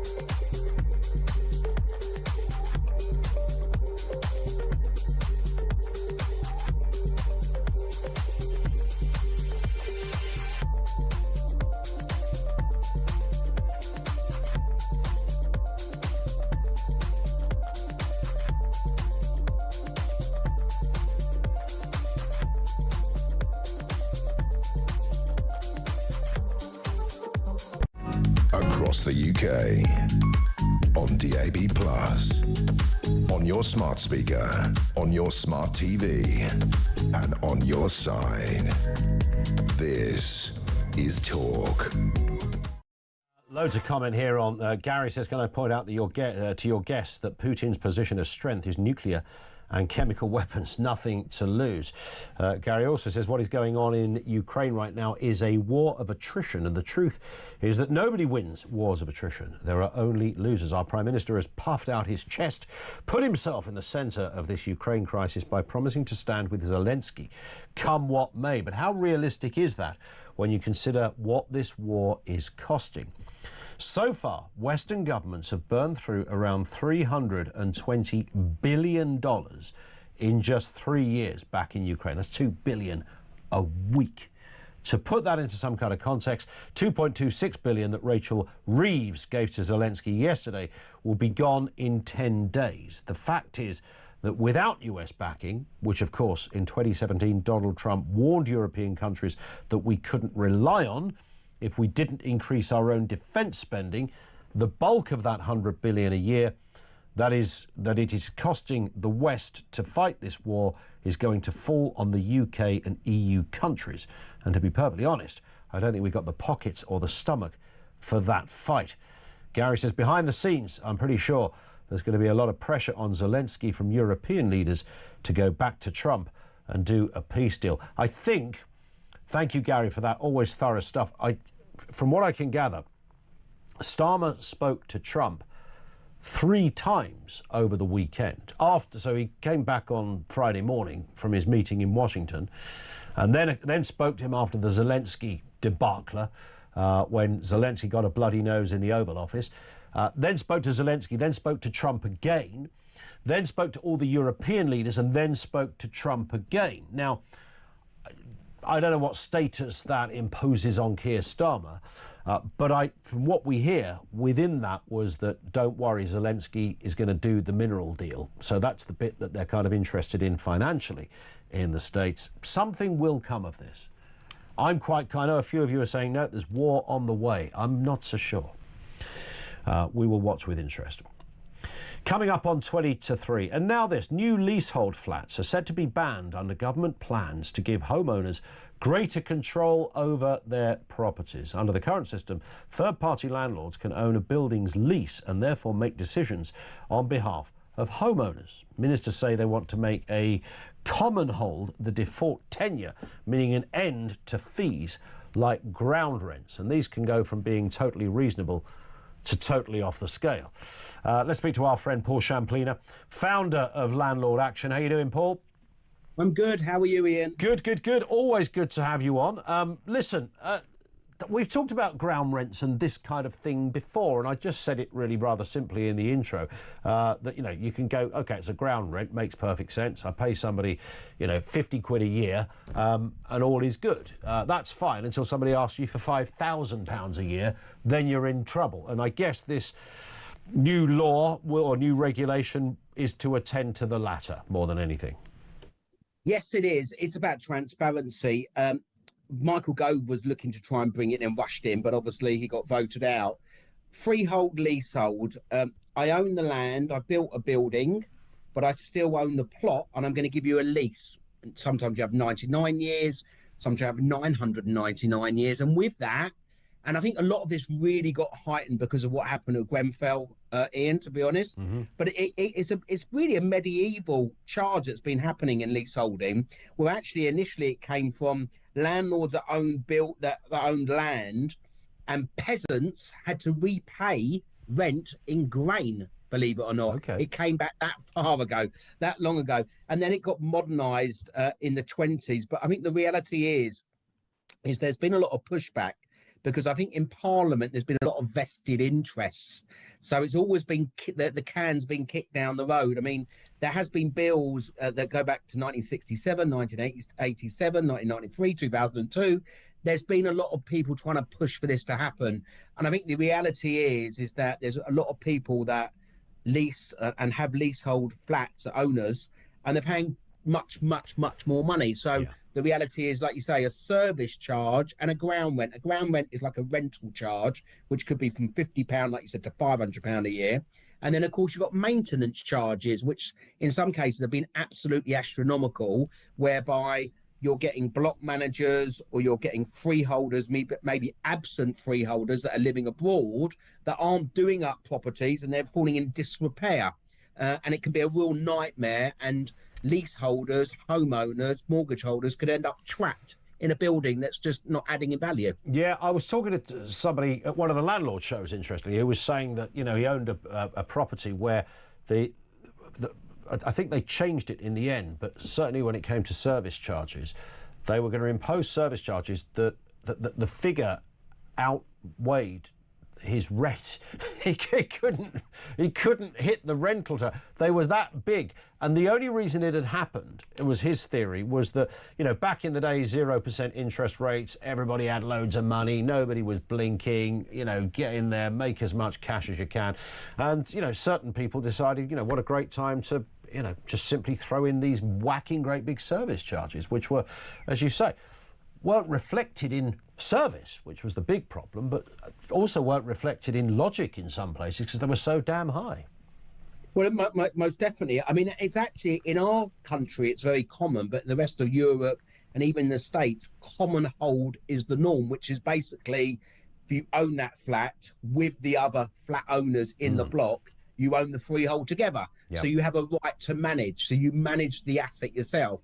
And that can be an issue as well, because some people don't know how to manage. So the reality is, you might have a lot of complaints with regard to the insurance, how much is the insurance? And then what happens is the managing agent or the freeholder, they put their bit on top, carrying out the gardens or the common parts where obviously there's work that needs to be carried out. Yeah. Is there a lot of overcharging that's being carried out? And I think in this day and age, especially what's happened with regard to Grenfell and obviously building constraints and building regulations, the cost has gone through the roof. So I think Labour, and I think maybe it's this time it is the time for it to happen. But obviously, the conversation through Parliament is starting, and there's a long way to go. Yeah, it's going to be interesting to watch, and of course, this comes at a time, Paul, when this is just one thing that is changing in the world of property and rentals, and whether it's purchasing, renting, whatever. I mean, the seismic changes are on the horizon. Without a doubt. And Labour want to reform that, and they want to try and protect the homeowners, and I can totally understand that. But in the past, it hasn't got through. So I think it's got to be some radical thinking, a bit like what's happening with the planning and the renters' rights bill. We wait to see how much that's going to happen, and maybe protect the homeowner, the lessee. I mean, there is another argument that obviously, you have a 999-year lease rather than a 99-year lease, and you scrap service charges, but you still need to spend money on the income to upkeep the block and make sure that it keeps its asset and keeps its value. Absolutely. Listen, Paul, always good to have you on. He's Paul Champlina, founder of Landlord Action. Got his own podcast out there now as well. You might want to check that out on YouTube. That's Paul Champlina helping us out on that story. This came in, a few of you picked up on the fact with our previous caller, was it Andrew, I think, that said Zelensky was a lawyer? And loads of you got in touch. So Christian says, Zelensky, a lawyer, he's got a degree in law and economics from the Krivya Institute of Economics, but never practiced law. He went straight into the arts. And Dot says, your caller suggesting Zelensky was a lawyer. He got a law degree but never practiced. Harry Hill became a doctor, but I wouldn't have him diagnose my gout after all these years in comedy. So suggesting Zelensky was a lawyer is a bit off the mark. Well, he actually said, like Clive Anderson. Clive Anderson, of course, the former TV, well, probably still is, TV presenter, was a practicing lawyer, possibly, was he a barrister? I think maybe. So Zelensky has never been a lawyer. He just got a degree in law, and lots of people can do that. Wide difference between having one of those and practicing. This one from Trevor. Ian, after a weekend of thinking about the Trump situation, I'm now of the mind that Trump wants Putin on side for the possible forthcoming war with China. After it all, if that did happen, the US wouldn't want to fight China and Russia. To me, it's a clever move. After all, there's not much love between China and Russia, other than convenience. I think we all know Ukraine is not to blame, but Trump is looking at the bigger picture, says Trevor. P.S. When are your bumper stickers coming out, Ian? I'm asking for a friend. Yeah, hang on, Mike Graham's got some bumper stickers, hasn't he? Is Mike the only person with the bumper stickers? Yeah, has anyone else got a bumper sticker yet? No one else has a bumper. Mike's got a bumper sticker. He's got several. There's more than one version, I think, of the Mike Graham bumper sticker. Julia apparently has a is that right? No, it's not true. Julia's got a calendar on the way. One of those they used to put up in gentlemen's barbers, perhaps. I don't think so. So we need some merch, I think, is the thing. I don't know in what form that could take. I quite like doing a deal with Pokemon or something so I can get my kid free cards. So maybe we could have a new Pokemon character that's connected to this programme in some shape or form. Lots going on at this end. We are going to pause momentarily. We are going to be back with your calls in a couple of moments as well. 0344 499 1000. Coming up on 10 to 3, this is Talk.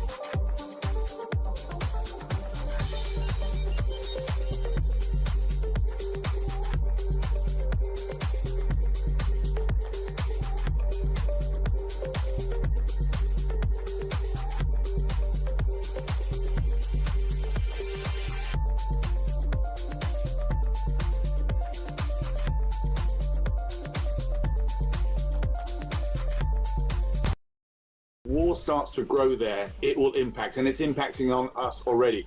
Daily, we are attacked by Russia in the grey zone, whether it's been those cables in the English Channel, or whether it's cyber attacks and so on, disinformation, coercion. It is happening and going to get bigger and bigger and bigger. It's a real war in Ukraine, and if that fire isn't put out, it will spread. So well, why have they only started talking about it in the last 4 days then? I don't know why. But well, you should know. You used to be chair of the Select Committee.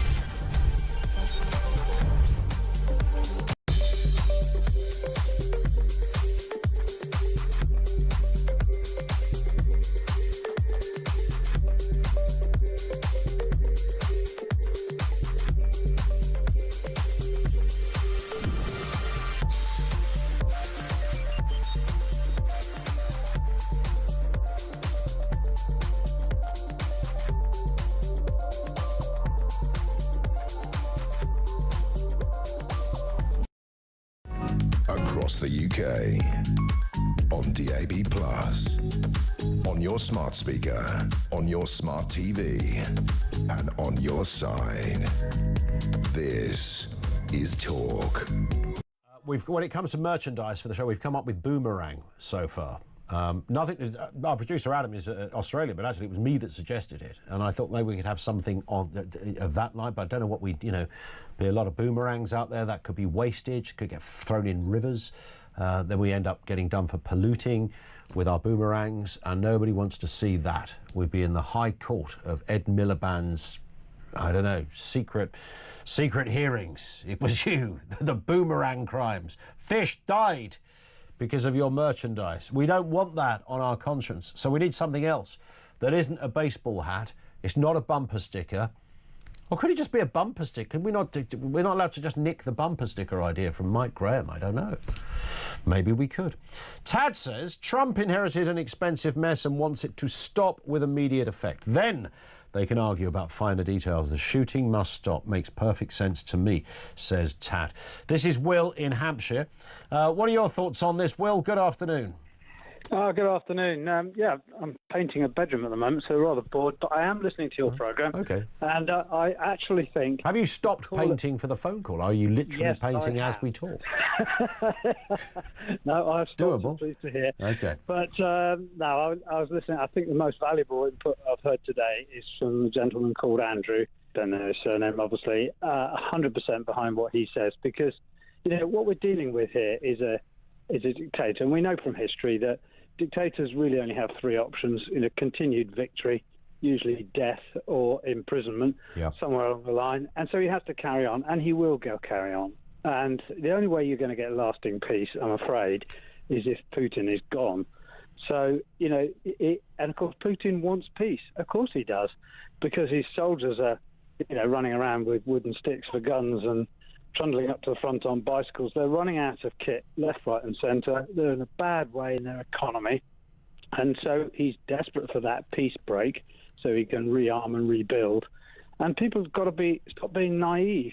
So, to my mind, when you played that clip earlier on from Trump, it's not Zelensky who's moving us closer to Third World War. It's Trump, because he's pulling away from that be strong, and it's the law of the playground here. You need to be strong in order to create peace and stop being bullied, if you like.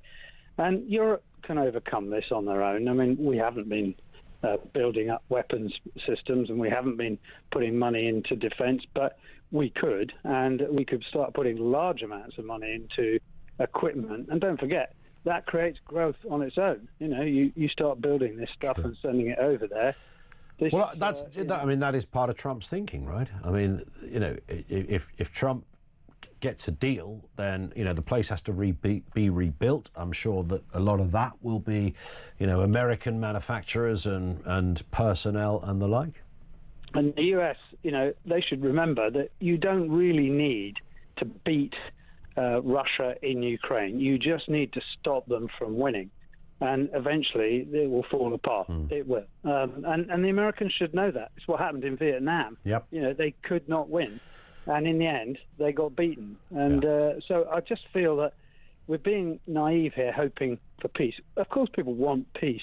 But be careful what you wish for, because a peace where Putin is still a piece of the action, if you like, it is a dangerous place. It's a dangerous world. There it is. Listen, Will, I'll let you get back to the brush. Thank you, sir. Great call from Will in Hampshire. Ben is in... Oh, Ben, stay where you are. With you in a second. We've got the voice of doom, by the way. It's a brand new voice, mystery voice with a political angle to it. Here's the question. Who is this? Because that is important for democracy. Who is that person? Don't phone in, there is no prize. Here's the voice again. Because that is important for democracy. But, of course, you can, if you want to just join in, you can. 87222, message us in if you think you know who that is. If we get a right answer in the next 10 minutes, we'll tell you after the news. If we don't, it rolls over to tomorrow. Here it is again. Because that is important for democracy. Thoughts on that? 87222, details coming soon. This is Ben in Essex. Ben, what have you got for us? Hello. How you doing, Ian? I'm good, thanks. Your thoughts? Yeah, good. This Donald Trump and Russia scenario, I don't know. I mean, I'm no expert on this. I just think that, Donald's got into office and he's picked up that big international phone and phoned his mate Vlad and gone, "Hey Vlad, it's Donald. I'm back in office." And he's gone, "Oh, Donald, what are we doing about this war? It's costing me too much money." Yeah. And I reckon he said, "Look, Vlad, listen, I'm not going to send you any more money. Let's stop this." And he's, "Oh, well, these Europeans keep sending that little man lots of money. What are we going to do?" I reckon he's said, "Look, Starmer and Macron, I've got them in my pocket. Don't worry about them. We'll get this sorted." And he's, "Donald, yes, but I don't know. How are we going to stop? We can't let this keep happening because I've got a big red button." And I reckon he said, "Vlad, listen, I've got an even bigger button. I don't want to press it, but we need to do something. Just give me some time." "Oh, Donald, I'm counting on you." Why did you not get that part in the latest Bond movie? That's what I want to know, is playing the Russian bad guy, because it's uncanny. So you think there is, I keep using this term, a game of chess, Ben, but you reckon that's kind of what's going on here? I think it's a big game of chess. I don't think none of us really know. I don't think anybody wants war because, I don't think anybody wants it. I mean, in the UK, none of us want war. I think Starmer hasn't. I don't know if he's got the metal or the backbone to really see this through. Do we really want to fund a war? Do we want our soldiers going to war? I don't know. And I've got a feeling that. I don't think that's what was on the table, was it? To go, right, how many boots have you got? We've got loads more. We can put it all together and we can go out there and fight the Russians. I don't think that's being discussed. I don't know. I just. What are we fighting for? What are we protecting? What are we actually fighting for? We've got a bigger war going on with our borders, people coming in our country. That's the war we should be fighting. I just don't like this idea of funding Ukraine to stop Putin. I think there's a big game of chess going on here, and something's got to happen. And I don't like the idea of funding this war, sending our money to this. I don't like it. I know there's a lot of liberal people that say, and Putin. The thing is with Russia, I mean, I don't know, but, the country doesn't look decrepit. I mean, the men are handsome, the women are beautiful. Is it this bad dictatorship issue that we've got to worry about? I don't know. And do you know what? It's a very honest answer, Ben, and one I completely share. It's like so many of these big stories that, require...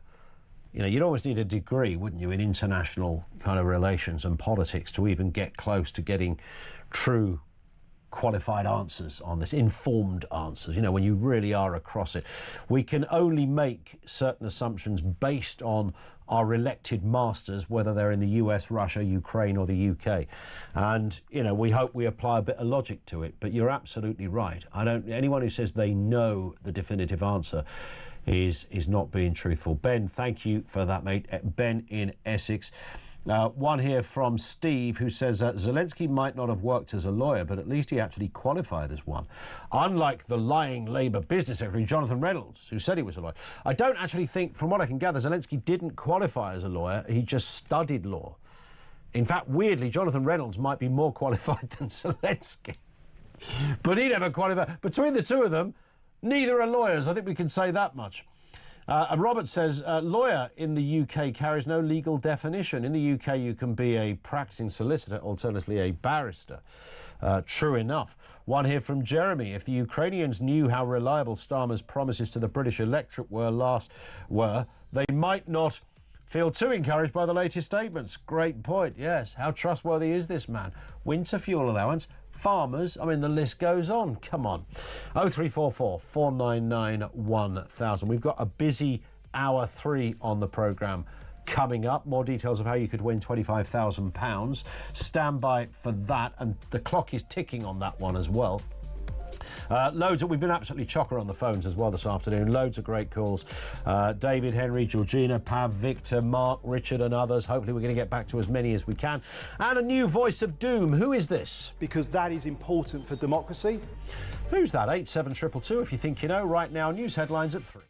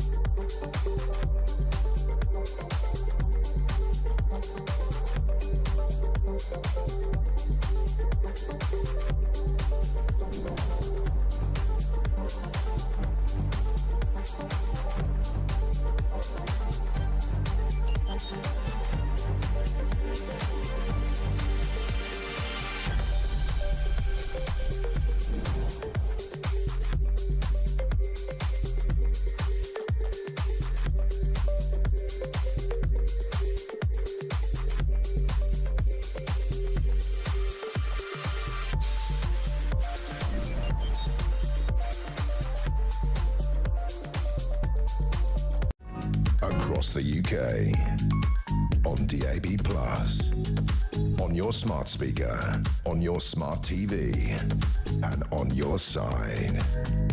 This is Talk.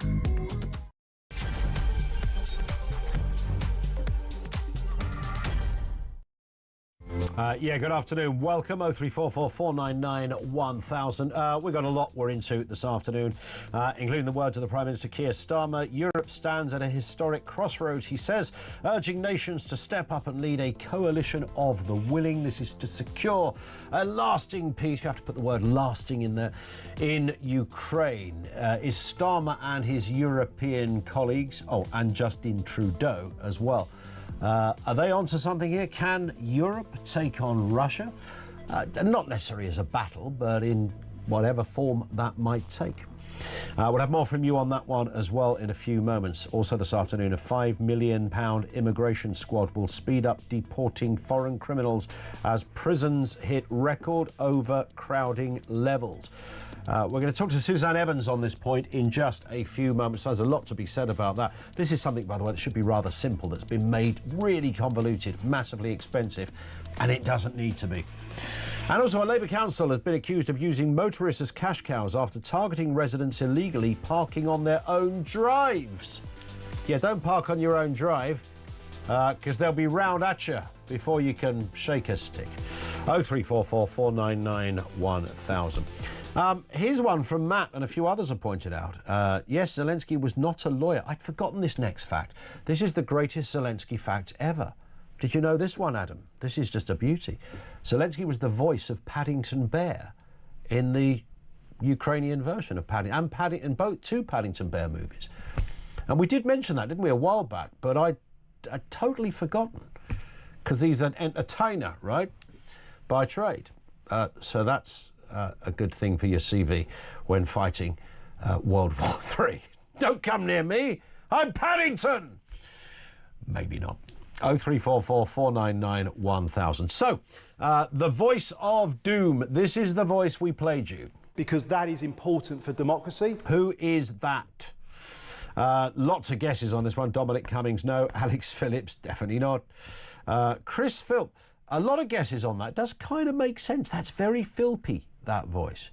Craig McKinley, no. Mark Francois, lots of guesses for Mark as well, who was on this show last week. It's not him. Wes Streeting, no. But we have got a right answer. I told you it would go, Amy, didn't I? Just something in the last bit of his voice gave it away. The answer was Brandon Lewis, former Conservative MP, of course, former Cabinet Minister. And why have I got it in my head? Was he ever a fireman, Brandon Lewis? I've got that in my head sometimes. Had a cup of tea with him a couple of times over there in the house back in the day. Russ in Southend was the first person to get that correct. You win the accolade of saying you got that correct, Russ, and nothing more, sadly. But thank you. Well done. Brandon Lewis is the answer, which means we've got a brand new voice tomorrow on the programme. 5 minutes after 3 o'clock. Now, a new £5 million immigration squad will tackle foreign criminals in 80 prisons, speeding up deportations apparently by up to 18 months.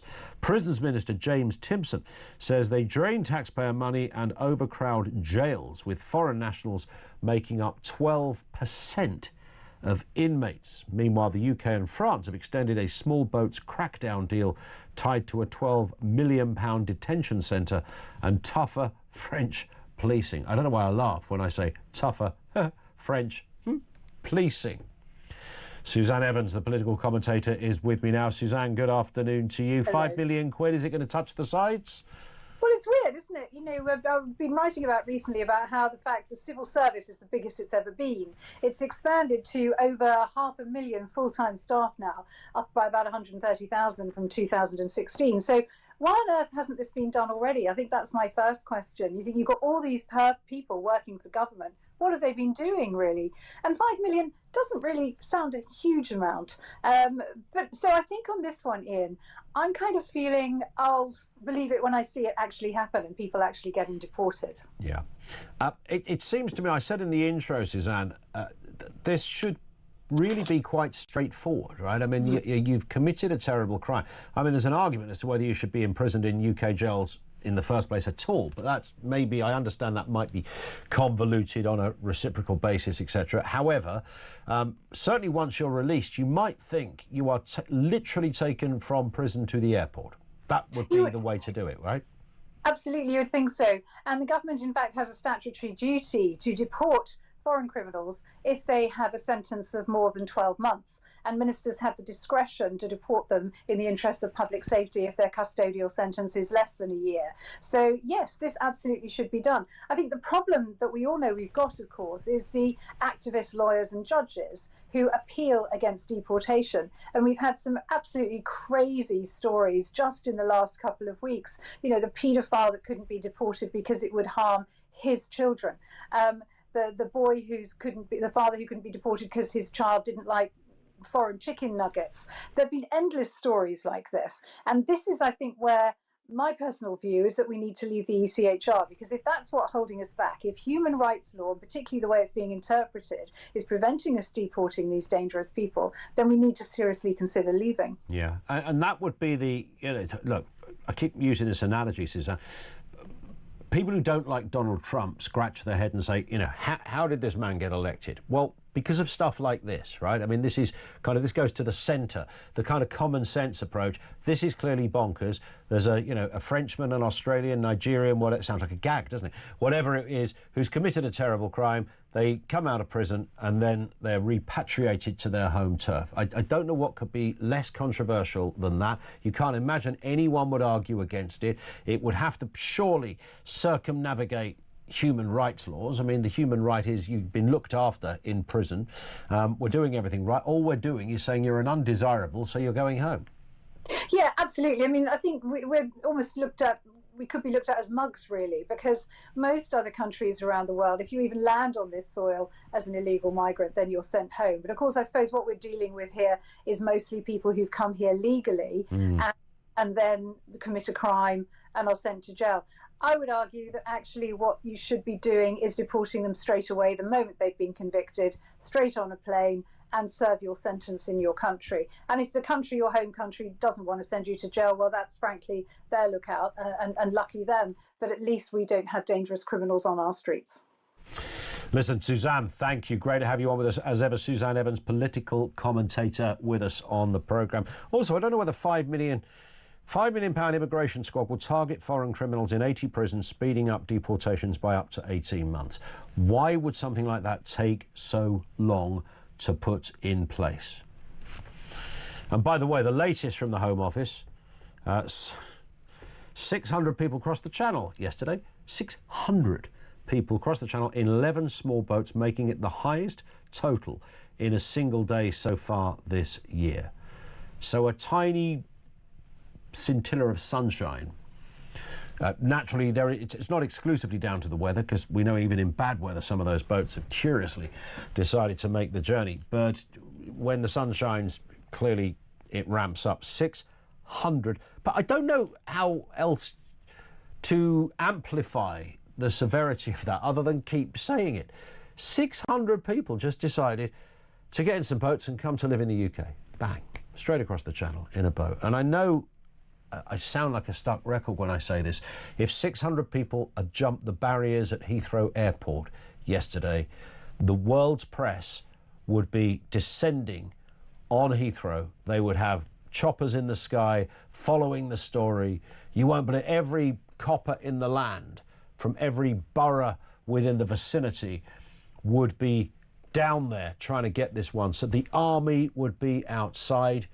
You'd have Fox News, you'd have everybody, CNN, every global network, every journalist would be there. 600 people. Guess what? They jumped the barriers at Heathrow. So how many? 600. Yeah, they all just came off a plane. 600, all in one plane. And they came off and they jumped over the barriers and went, I'm here. Yes. Really? No, that wouldn't happen. That wouldn't be allowed to happen. But if you take the Channel route in a boat, it can. I feel I always have to put this caveat in there, because I don't think this is a left-wing or a right-wing issue. I think anyone can agree that that is unacceptable. And some people come at this because they feel that this is solely about finances, and security is another one. Others, it's just basically a humanitarian thing. Hence the left-wing, right-wing. It doesn't matter. Everybody knows this is unacceptable. 600 people in one day. So within a few hours, in fact, just to give it its real context, within a few hours, 600 people on 11 boats came to the UK. I mean, speechless. Back to your calls. Richard is down in London. Richard, what have you got for us? Good afternoon to you. Hi, Ian. Always good to talk to you. And of course, it is those 600 people coming in every day that is why I'm so angry, really, about the government talking about the possibility of sending troops to Ukraine. We can't police our own borders. There's a number of different points around here, but I mean, first of all, in terms of that meeting last week with Trump at the press conference, I mean, if you look at the whole sort of 40 minutes, it was not as bad as the extract. But for instance, the idea that Zelensky was bullied, I mean, that's I don't think that's fair. He at one point he refers to Vance as a bitch in Russian. Did he really? Yes, I think so. Yeah. And I haven't heard anybody else say that. I mean, that would be extraordinary if he did that. Well, he said it under his breath, I think. But okay. I mean, this is. Yeah, I mean that's a terrible look if that's what was said. I mean, I just think we've got this really badly wrong over the weekend because we sort of tripped into a type of hysteria, and I sort of compare it to what happened as we went towards war with Iraq. Nobody really questioned this dodgy dossier enough, and before you know where we are, we're at war, and really, and then suddenly, it's a good point. I mean, weapons of mass destruction that simply aren't there, yeah. And I mean, there's Starmer sort of saying that we're just going to deploy troops at a parliamentary debate, but I mean, the worst of it, Ian, is that only 4 or 6 weeks ago we're sort of we're worried about the fact that Axel Rudder-Cabana has got through, and apparently Prevent or MI5 have not monitored him. Now, depending on the figures, there are about 50,000 people like him on the MI5 watch list, and we haven't got the resources to watch all those people. Yeah. So the reality is, Ian, we are under attack in terms of real life terrorist threat. So we should be directing our energy there, and to make matters worse, when Vance and Trump had a go at our country for a lack of free speech, they're actually right. Because the reality is, you and I both know that after Southport and after the rape gangs, we should be asking serious questions about integration in this country. Because, I mean, what's clearly happened, even if you go back to 7/7 or the Manchester bombings or Lee Rigby, there's a pattern here of young, dangerous men and radicalised. Yes, they may not all be immigrants, but they're second or third. The left have got away with saying, "Oh well, he was British." He wasn't British. Well, yeah, I mean, that's we're talking about people who are radicalised, whether they happen to be born here or born somewhere else. It amounts to the same thing, right? I don't think the people that killed Lee Rigby were in any way, about to sing "God Save the Queen" tomorrow morning. No, and to me, we're kind of letting ourselves get on a kind of runaway train. I mean, Ukraine is very sad, but there is a way around this. If people talk, and Zelensky's actually, he appears to have accepted this minerals deal. So ultimately, when it comes down to it, he looks like he's going to take Trump's deal. But the other point I wanted to make is King Charles. It's now pretty clear that we've got a really political king on our hands, and we're going to have to discuss it at some point, because I'm sorry, Ian, but he's not my king anymore. Is it because of this meeting with Zelensky? I think it goes back to his Christmas message. He said diversity is our strength, and I'm sitting there with my blood boiling, thinking, hold on, we know what happened in Southport, we know what's happened with the rape gangs. It's happened again and again and again with people like Lee Rigby and the terrorist attacks. The 3 out of 4 of the people on the MI5 watch list are Islamists. It's a serious thing. Politicians and obviously those things like the King's Speech, largely written and certainly okayed by Downing Street. It sort of beggars belief about which bit these people don't get. They've got all the... Sadiq Khan is another one. He can't stop talking, as if diversity is like the only thing that matters to them. Don't worry, we've got very diverse this and diverse that. And I don't think anybody is against some... I'm sure I speak for you here as well, Richard. I don't care who somebody is. If we're all rubbing along just nicely and pretty much singing from the same hymn sheet of standards and ideals, then fine. I'm cool with all of that. But simply wheeling that word out, as the King did, you're right, and Sadiq Khan does, it makes it sound like they don't understand the concerns that people have over things like grooming gangs. So if you constantly get, when you ring up an MP and say, look, we've got this grooming gang issue, can we have a comment? And the first thing they say is, well, I think it's important that we establish first that diversity is our strength. That's your first thing? That's the first thing you want to say? These people don't, they always use the phrase, don't read the room. It's almost more serious than that. Because we've got a real problem here with this integration, and we know this here. The Prime Minister after the riots should have said, "Okay, we've got to sort out the disorder," but there is a problem here with 100% is exactly what should have been said. And Charles is kind of acting like he's a member of the cabinet. He's in a way he was interfering by welcoming Zelensky so quickly. But that's largely a government decision, right? He could have overridden it, I suppose. Yes, but then. If we've got a king who's who's effectively a member of the cabinet, then you might as well had a head of state. Yeah, well, I understand the part of the whole king invite is obviously a PR thing, right? For business, for trade, that kind of stuff. Yes, I guess it is, but there's so much more going on here, and it's the fact that this guy Charles is also cheek by jowl with them on all the green stuff as well. There was that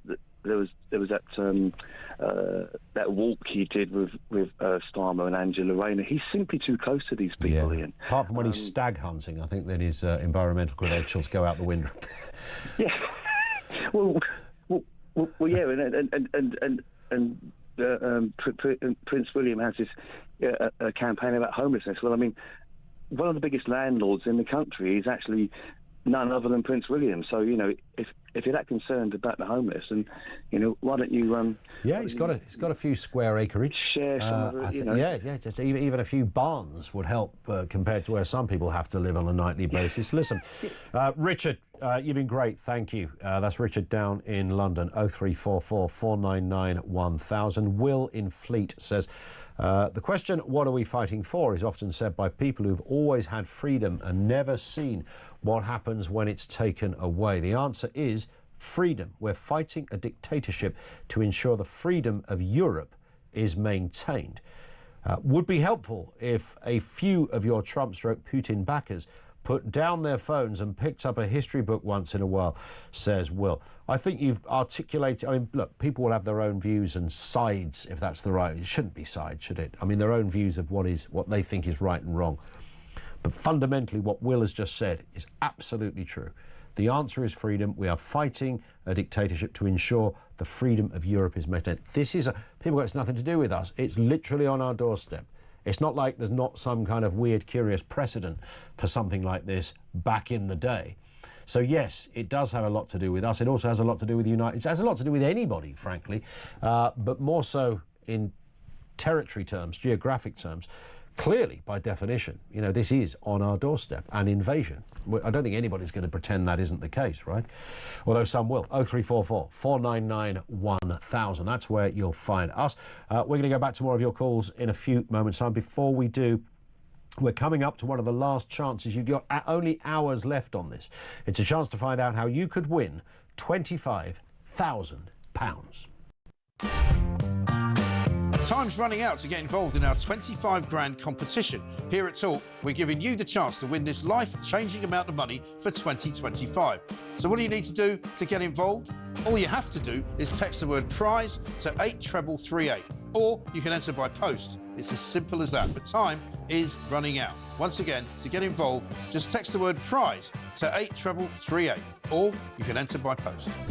18 plus, UK excluding NI. Enter by SMS for £2 plus one standard network charge by 11 p.m. on March the 3rd, 2025. Or send your name, email and contact number to £25,000 cash competition, PO Box 3190, Colchester CO2 8GP, to arrive by 5 p.m. on March the 6th, 2025. This is a News Broadcasting Network promotion. Full terms and conditions at talksport.com.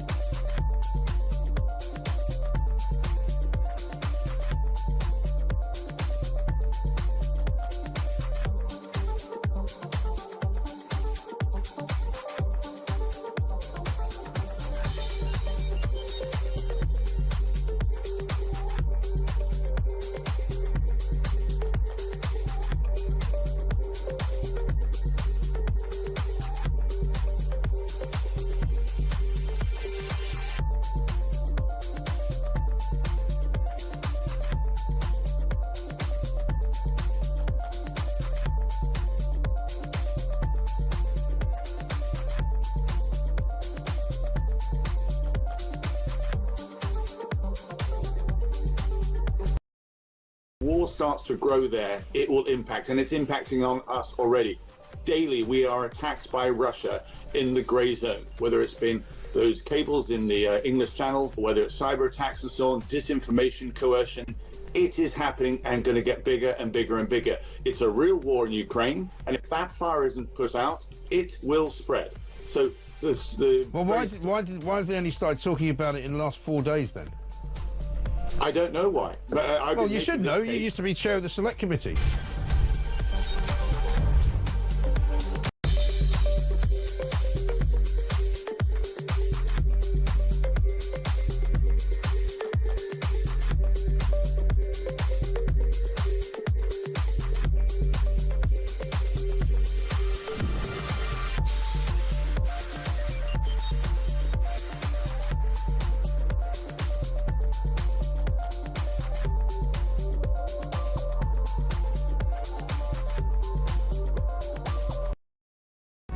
Across the UK, on DAB+, on your smart speaker, on your smart TV, and on your side. This is Talk. 26 minutes after 3 o'clock. This one from Jeremy. If the Ukrainians knew how reliable Starmer's promises to the British electorate were, they might not feel too encouraged by his latest statements. I might have read that already, but it's worth another read. Kaz in Bedford. I've always had reservations about J.D. Vance since I read his autobiography, Hillbilly Elegy. I was talking about that the weekend. I admire his tenacity to pull himself out of an abusive childhood with a drug-addicted mother, to educate himself and climb to political greatness. But when he comes from a background where his feisty grandma, Mamoa, who brought him up, would go from 0 to 60 in an instant and fly into a veranda to threaten people with a shotgun, this may well have impacted his character. Yeah, I haven't read the book yet, and I was telling somebody at the weekend about the book and then the film. I think the film's a Ron Howard film. Glenn Close is in it, and I understand the book was more engaging than the film. And you do exactly what Caroline's just said. You look at that and go, wow. I mean, his parents were, his mum was addicted to drugs, and he was brought up by his grandma, and I think she liked to drink as well, or something like that. It was dysfunctional, and this guy pulled himself out of it, and look where he is now. He's the vice president. You go, well, hey, yeah, that's brilliant. But on the flip side, as Kaz pointed out, you can't help but wonder whether that also has another effect. I don't know, I don't know. He was always spoken of as being a good guy, he's a good family man, been in the military, all the rest of it, very persuasive speaker, and guy liner to die for. But was he affected by his nan's rages? Thank you, Kaz, for that. Henry is in Guildford. How you doing, Henry? Hi, Ian. I'm doing very well. Your caller, Richard, he was very good. I'm glad you kept him on. Go on. Because he voiced a lot of things that we all think we're listening. A lot of the listeners think what Richard voiced. But you're talking about Vance's upbringing there. Yes. Now, people aren't aware that Putin, his older brother, died in the siege of Leningrad from starvation. Is that right? So wow. Putin would be more aware of dictators than most of us. Yeah, it's good. That's a great call. Now, despite what you think of Putin, he's won. There's nothing in the world, there's no force in the world that can dislodge Russia from the territory they've gained. They've got a 1.3 million army, and they've got much bigger reserves. America can only field 400,000 max. And how is America going to get 400,000 to Ukraine? Boats or planes, they'd be shot out of the air, boats would be sunk. So our massive army of trans men and trans women, I think they're some sort of cyborgs that we've got, and apparently we've got a tank as well. Yeah. That's hardly going to scare the crap out of Putin, is it? So there is no force in this world that can dislodge Putin from Ukraine, and he's likely to say, not only am I not going to come to a deal now, because you're asking too much. I want you to give me these other areas like Odessa. I want you to give me back that money that you've stolen off me. And there's nothing we can do. If we say there's no deal, he'll just carry on and take. Can America go to, because obviously America and Trump and Putin are going to meet at some point, can they, I mean, it sounds very simple putting it like this, but can they not get together and carve this one out and say, right, OK, yep, that makes sense, that doesn't, and that's the game you've got to play. Will Putin go along with that? Well, yes, and Trump will just have to do everything Putin says, because they've won the military, they've won the battle. Yeah. I mean, if you don't believe me, get guys like Colonel Doug McGregor, Professor Jeffrey Sachs, Professor Mearsheimer, Scott Ritter, all these really good guys who are, like, for example, Colonel Doug McGregor. He led the biggest tank battle since World War II in Iraq 1. So there's not much about military matters he doesn't know. Yeah. And the likes of Professor Jeffrey Sachs, Professor Mearsheimer, they advised governments, including Ukraine. People like Ray McGovern, Larry Johnson, they're ex-CIA guys who brief presidents. Well, Trump prides himself in having these big beasts, not those specific ones, but in terms of commerce and economics around him. That's how he does business. Is it possible some of these people are, not specifically the names you mentioned there, Henry, but some of them are involved? Those people, they've been involved in the past, but one of the people he's got involved with now is Tulsi Gabbard. Now, up until a few weeks ago, Trump was parroting the nonsense that Russia had lost more people than Ukraine. But Tulsi Gabbard has put him right. She's told him the truth. Was she up for vice president at some point? Well, I think she was trying to run to be the nominee for president. Yeah. I know a lot of people said she would be the perfect, Yeah, so she's telling him the truth now. He realizes, because like we've heard, Ukraine's winning. Oh, they've lost, Oh, they're in trouble. We've been told lies from the beginning, I'm not a Putin, fanboy. I'm an ex-serviceman, but I can see the military reality on the ground. And Starmer, this weak man, when I think of, you've heard of the saying, strong men make good times and weak men make hard times. So when I think of that saying, I think of Trump punching the air, the strong man, making the good times, and then I think of Starmer down on one knee, the weak man making the hard times. Interesting point to finish on, Henry. Great call. Thank you for that. Yeah, I think the kind of knee thing might be of interest to Trump. I couldn't give a monkeys either way. But the fact that Trump's position on these things to Starmer's position would be very different, of course. Interesting times. 0344 499 1000 is where you'll find us. Back with more from you coming next on Talk.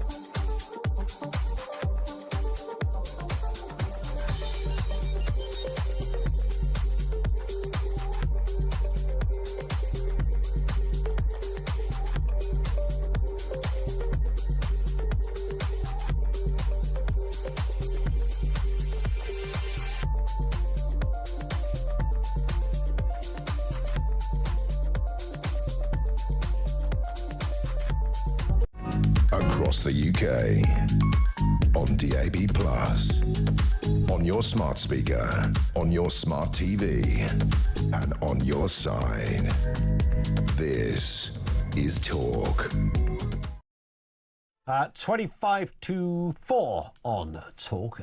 Just a reminder that right now Keir Starmer is giving a statement in the Commons, updating MPs on his meeting with Donald Trump. And of course that hosting of European leaders for a major summit about the war. Are we having a listen to that, or a little dip in and see what he's saying at the moment? Last week has shown that that idea is totally unserious. Because while some people may enjoy the simplicity of taking a side, this week has shown with total clarity that the US is vital in securing the peace we all want to see in Ukraine. So I welcome the opportunity for a new economic deal with the US, confirmed by the President last week, because it's an opportunity I'm determined to pursue. I welcome the positive discussions we had on European security, including his clear support for Article 5 of NATO. I welcome the understanding from our dialogue that our two nations will work together on security arrangements for a lasting peace in Ukraine. I also welcome the President's continued commitment to that peace, which nobody in this House should doubt for a second is sincere.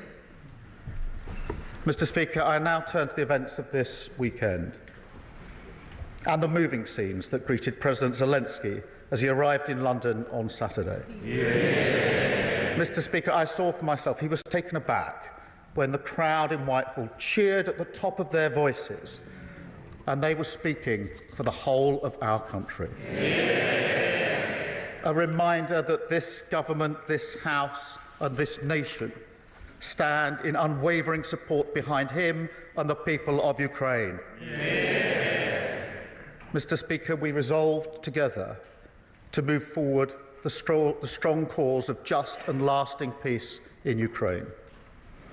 And then on Sunday, I hosted European leaders from across our continent, equally committed to this cause, including President Macron, Prime Minister Maloney, the leaders of NATO, the European Commission and Council, and the Prime Minister of Canada, a vital ally of this country, the Commonwealth and Ukraine, responsible for training over 40,000 Ukrainian troops. I also had the privilege beforehand of speaking online to the leaders of Estonia, Lithuania and Latvia, each of whom, as close as they are to the front line with Russia, stressed the urgency of the moment. And, Mr. Speaker, it was a productive summit. Together we agreed a clear strategy that the United Kingdom, France and our allies will work closely with Ukraine on a plan to stop the fighting, which we will then discuss directly with the United States. It's a plan that has 4 clear principles, which I'll now share in full with the House. First, that we must keep the military aid to Ukraine flowing, keep increasing the economic pressure on Russia, and to that end, alongside our partnership on air defence, we're doubling down on military aid. Already this year, we've taken our support to record levels. But on Saturday, we also agreed a new £2.2 billion loan for Ukraine, backed not by the British taxpayer, but by the profits from frozen Russian assets. Second, Mr. Speaker, we agreed that any lasting peace must guarantee the sovereignty and security of Ukraine, and that Ukraine must be at the table when negotiating their future. That is absolutely vital. Third, we agreed that in the event of a peace deal, we will continue to boost Ukraine's defences and Ukraine's deterrence. And finally, fourth, we agreed to develop a coalition of the willing, ready to defend a deal in Ukraine and guarantee the peace. Mr. Speaker, after all, the Ukrainian position is completely understandable. For them, the war did not begin 3 years ago. that was merely the latest and most brutal escalation. They have signed agreements with Putin before. They've experienced the nature of his diplomacy and the calibre of his word. We cannot accept a weak deal like Minsk again. No, we must proceed with strength, and that does now require urgently a coalition of the willing. Mr. Speaker, we agreed on Sunday that those willing to play a role in this will intensify planning now. And as this House would expect, Britain will play a leading role with, if necessary, and together with others, boots on the ground and planes in the air. Mr. Speaker, it is right that Europe do the heavy lifting to support peace on our continent. But to succeed, this effort must also have strong US backing. I want to assure this House I take none of this lightly. I've visited British troops in Estonia, and no aspect of my role weighs more heavily than the deployment of British troops in the service of defence and security in Europe. And yet I do feel very strongly that the future of Ukraine is vital for our national security. Russia is a menace in our waters and skies. They've launched cyber attacks on our NHS, assassination attempts in our streets. In this House, we stand by Ukraine because it's the right thing to do. But we also stand by them because it's in our interest to do so. Because if we do not achieve a lasting peace, then the instability and insecurity that has hit the living standards of working people in Britain, that will only get worse. And Putin's appetite for conflict and chaos, that will only grow. So a strong peace, a just peace, a lasting peace, that has now to be our goal. It is vital, it is in our interests, and its pursuit, Britain will lead from the front for the security of our continent, the security of our country, and the security of the British people. We must now win the peace. And I commend this statement to the House.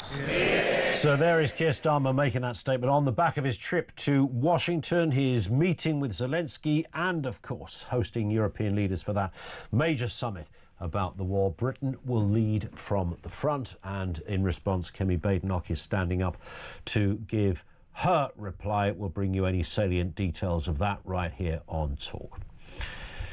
Now, a Labour council is accused of using motorists as cash cows for targeting residents parking on their own drives without permission. Lambeth Council, this is in London, has marked homes with a red X on a map, claiming drivers are illegally crossing pavements to park and demanding up to £4,000 for dropped curbs. Locals slam the move as unfair, but the council insists it's about safety and protecting pavements. Let's speak with Neil Salt, constituency officer at Streatham, with the Streatham and Croydon North Conservatives. Good afternoon to you, Neil. Good afternoon to you too, Ian. Nice to have you. Well, I saw this headline firstly. I saw some images of, people parking in their own gardens and thought, well, hang on a second, they're just in their own gardens. What's the problem here? Well, the first thing to say is that we as local Conservatives and Conservatives nationally would never condone illegality. And these are, as you've just mentioned, Ian, illegal crossovers because they aren't with dropped curbs and implemented by the local council. And that is the law of the land that you have to get your local council to implement them. So we won't condone illegality, but what we are standing up for is fairness for residents. And that fairness relates around, well, firstly, the timing for going after those, what are perceived to be many residents, 200 of them just in this new area of CPZ in a small part of Streatham. Imagine how many there are across the whole of Streatham and elsewhere where CPZs are in place. in Lambeth. So not just the timing of it, but the fairness of it, which is not in keeping with what even neighbouring Labour authorities are charging for the same thing. Is this something that, I mean, obviously, you know, running councils at the moment is an expensive business, and most councils are short of money, if not completely skint. As I understand it, the council here, 69 have got to save 69 million over the next 4 years. I mean, this is a huge number. I know there's a theory that, you know, every little counts, and that's one of the reasons why these fines are going to be given to people. But that's not going to touch the side of 69 million, is it? Well, quite right, Ian. Of course it's not. I think, as ever, car drivers in this part of Lambeth are being asked to pay up huge quantities of money. Any area that gets a CPZ, you have to pay to park your vehicle on the roadway outside your house, and that can be anything from about £250–60 for a Volkswagen Golf or a Fiesta to about £350 for just an ordinary family estate car, and then on top of that, these huge extra costs. And as you rightly say, this isn't going to hit the surface of the amounts that Lambeth have to make. But what I would also say is that £59.5 million, I think the exact figure is, between 2023 and 2024 was the amount that Lambeth Council got from implementation of fines and charges on Lambeth car drivers in whatever way. Again, not condoning illegality, but £59.5 million has been secured across Lambeth from motorists. So there's money to be made in the four-wheeled hills, as it were. Yes, there is. Yeah. But I would say, Ian, that Lambeth is very keen to state that 60% of Lambeth residents don't own a vehicle. And I think the very most important thing for me to get across here is that in our part of the southern part of the borough, where we're not close to any tubes at all, we have to use public transport. And we're all about bigging up public transport. But until or unless we have a more effective and regular public transport service, particularly on our train lines, it's going to be difficult to expect residents to get out of their cars. So what's the deal here? If somebody wants to park in their garden, then they should apply and pay for the drop curb. Is that more or less it? As long as your garden can take a car, I guess. Yeah, the width of the space in the garden has to be at a little bit over 5 square meters, and once that is proven that you've got the size of garden to convert to a parking bay, you can go ahead. But the issue at play here is the cost is said in the documentation that went with the consultation for the CPZ at the beginning of December, £4,000 for each household to convert to a legal crossover or to have a crossover put in place. And you say, wow, indeed, anybody listening today will equally have the same view, and even more so when I tell you that my understanding is that doesn't even cover the cost of the workmanship for implementing the drop curve itself. Wow. What's the £4,000 for then? Well, a fair part of that is for amending what they are called these traffic management orders that have to be secured when a local council wishes to implement a new controlled parking zone. And in order to, you have to officially amend a TMO at the point when there are any adjustments to that pavement area in the vicinity, and obviously they're going to be drop curves put in place. Yeah. My issue here on behalf of local residents is, can we at least develop a fairer system of asking or not asking, enforcing the payment from residents. But £4,000, as long as that's what it stands at, is surely excessive. Yeah. We've done our own investigations on neighbouring Merton. Merton, as in March 2024, charge £3,000, still a huge amount of money, but their documentation evidences that a council can put in up to 10 applications all at once. And thereby, if they do that, and hopefully Lambeth will agree to do the same, you can end up paying just 10% of that cost. So a Lambeth resident would hopefully not then have to pay more than £400. But I and my colleagues contend if Merton can get away with 3,000, surely that's the same for Lambeth as well. Well, you might think so. You'll be telling me next there's inconsistency in local councils. That would be a perish the thought, Neil. But listen, thank you for your time. Really appreciate it. Neil Salt, Constituency Officer at Streatham and Croydon North Conservatives. The Lambeth Council spokesman said it is illegal to drive a vehicle over the pavement without having an authorised vehicle crossover. This requires a resident to make an application to gain approval and pay for the works to adapt the highway to enable safe access. The spokesman added that driving over pavements not adapted for vehicles causes damage that the council then has to repair, as well as creating a risk that cars overhang onto pavements, creating an obstruction. I totally get that, by the way. Round the corner from where I live, there's somebody who parks... how they get this car on the driveway is a mystery. Well, half of it ain't on the driveway, it's on the pavement. They're clearly a lunatic. They and the car, frankly, should be in jail. We get that. Parking or running over curbs, and you can see the damage, by the way, if people have habitually technically broken the law and driven over curbs. It doesn't take much. The curb begins to crumble. It doesn't exist anymore. You can't just willy-nilly park where you like. I totally understand that. The bit I don't get are the heady, as we touched on there with the constituency officer, I don't really get the huge costs involved, because years ago my dad built a garage in the back garden, and that involved putting a drop curb in. And I can remember, I think I'm right in saying that it was, you had to contact the council, can we put a drop curb in? The council said, yeah, it's like 150 quid. I know this goes back some years, but even by those, there was no sense that it was either controversial or there to make any money. It was a public service, is my point.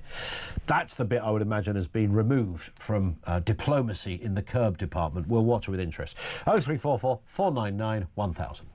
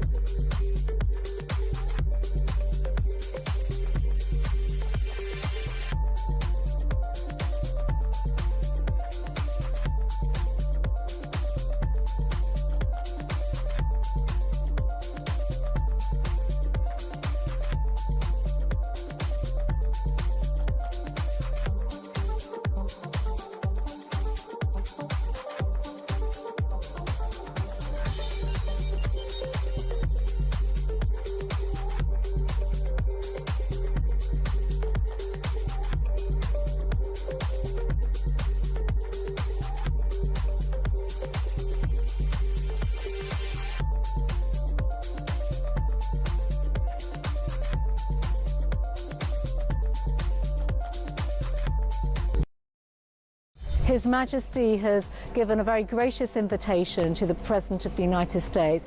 He's done that on the basis that he recognises and knows that America is a deep ally of ours. You know, the depth of our relationship, not only is it historic, but it's a practical one on a day-to-day basis. They are our number one ally, and that visit will not happen immediately. We are consistent allies, and, you know, we should always work together to make state visits, support His Majesty in these endeavours to make these visits a success.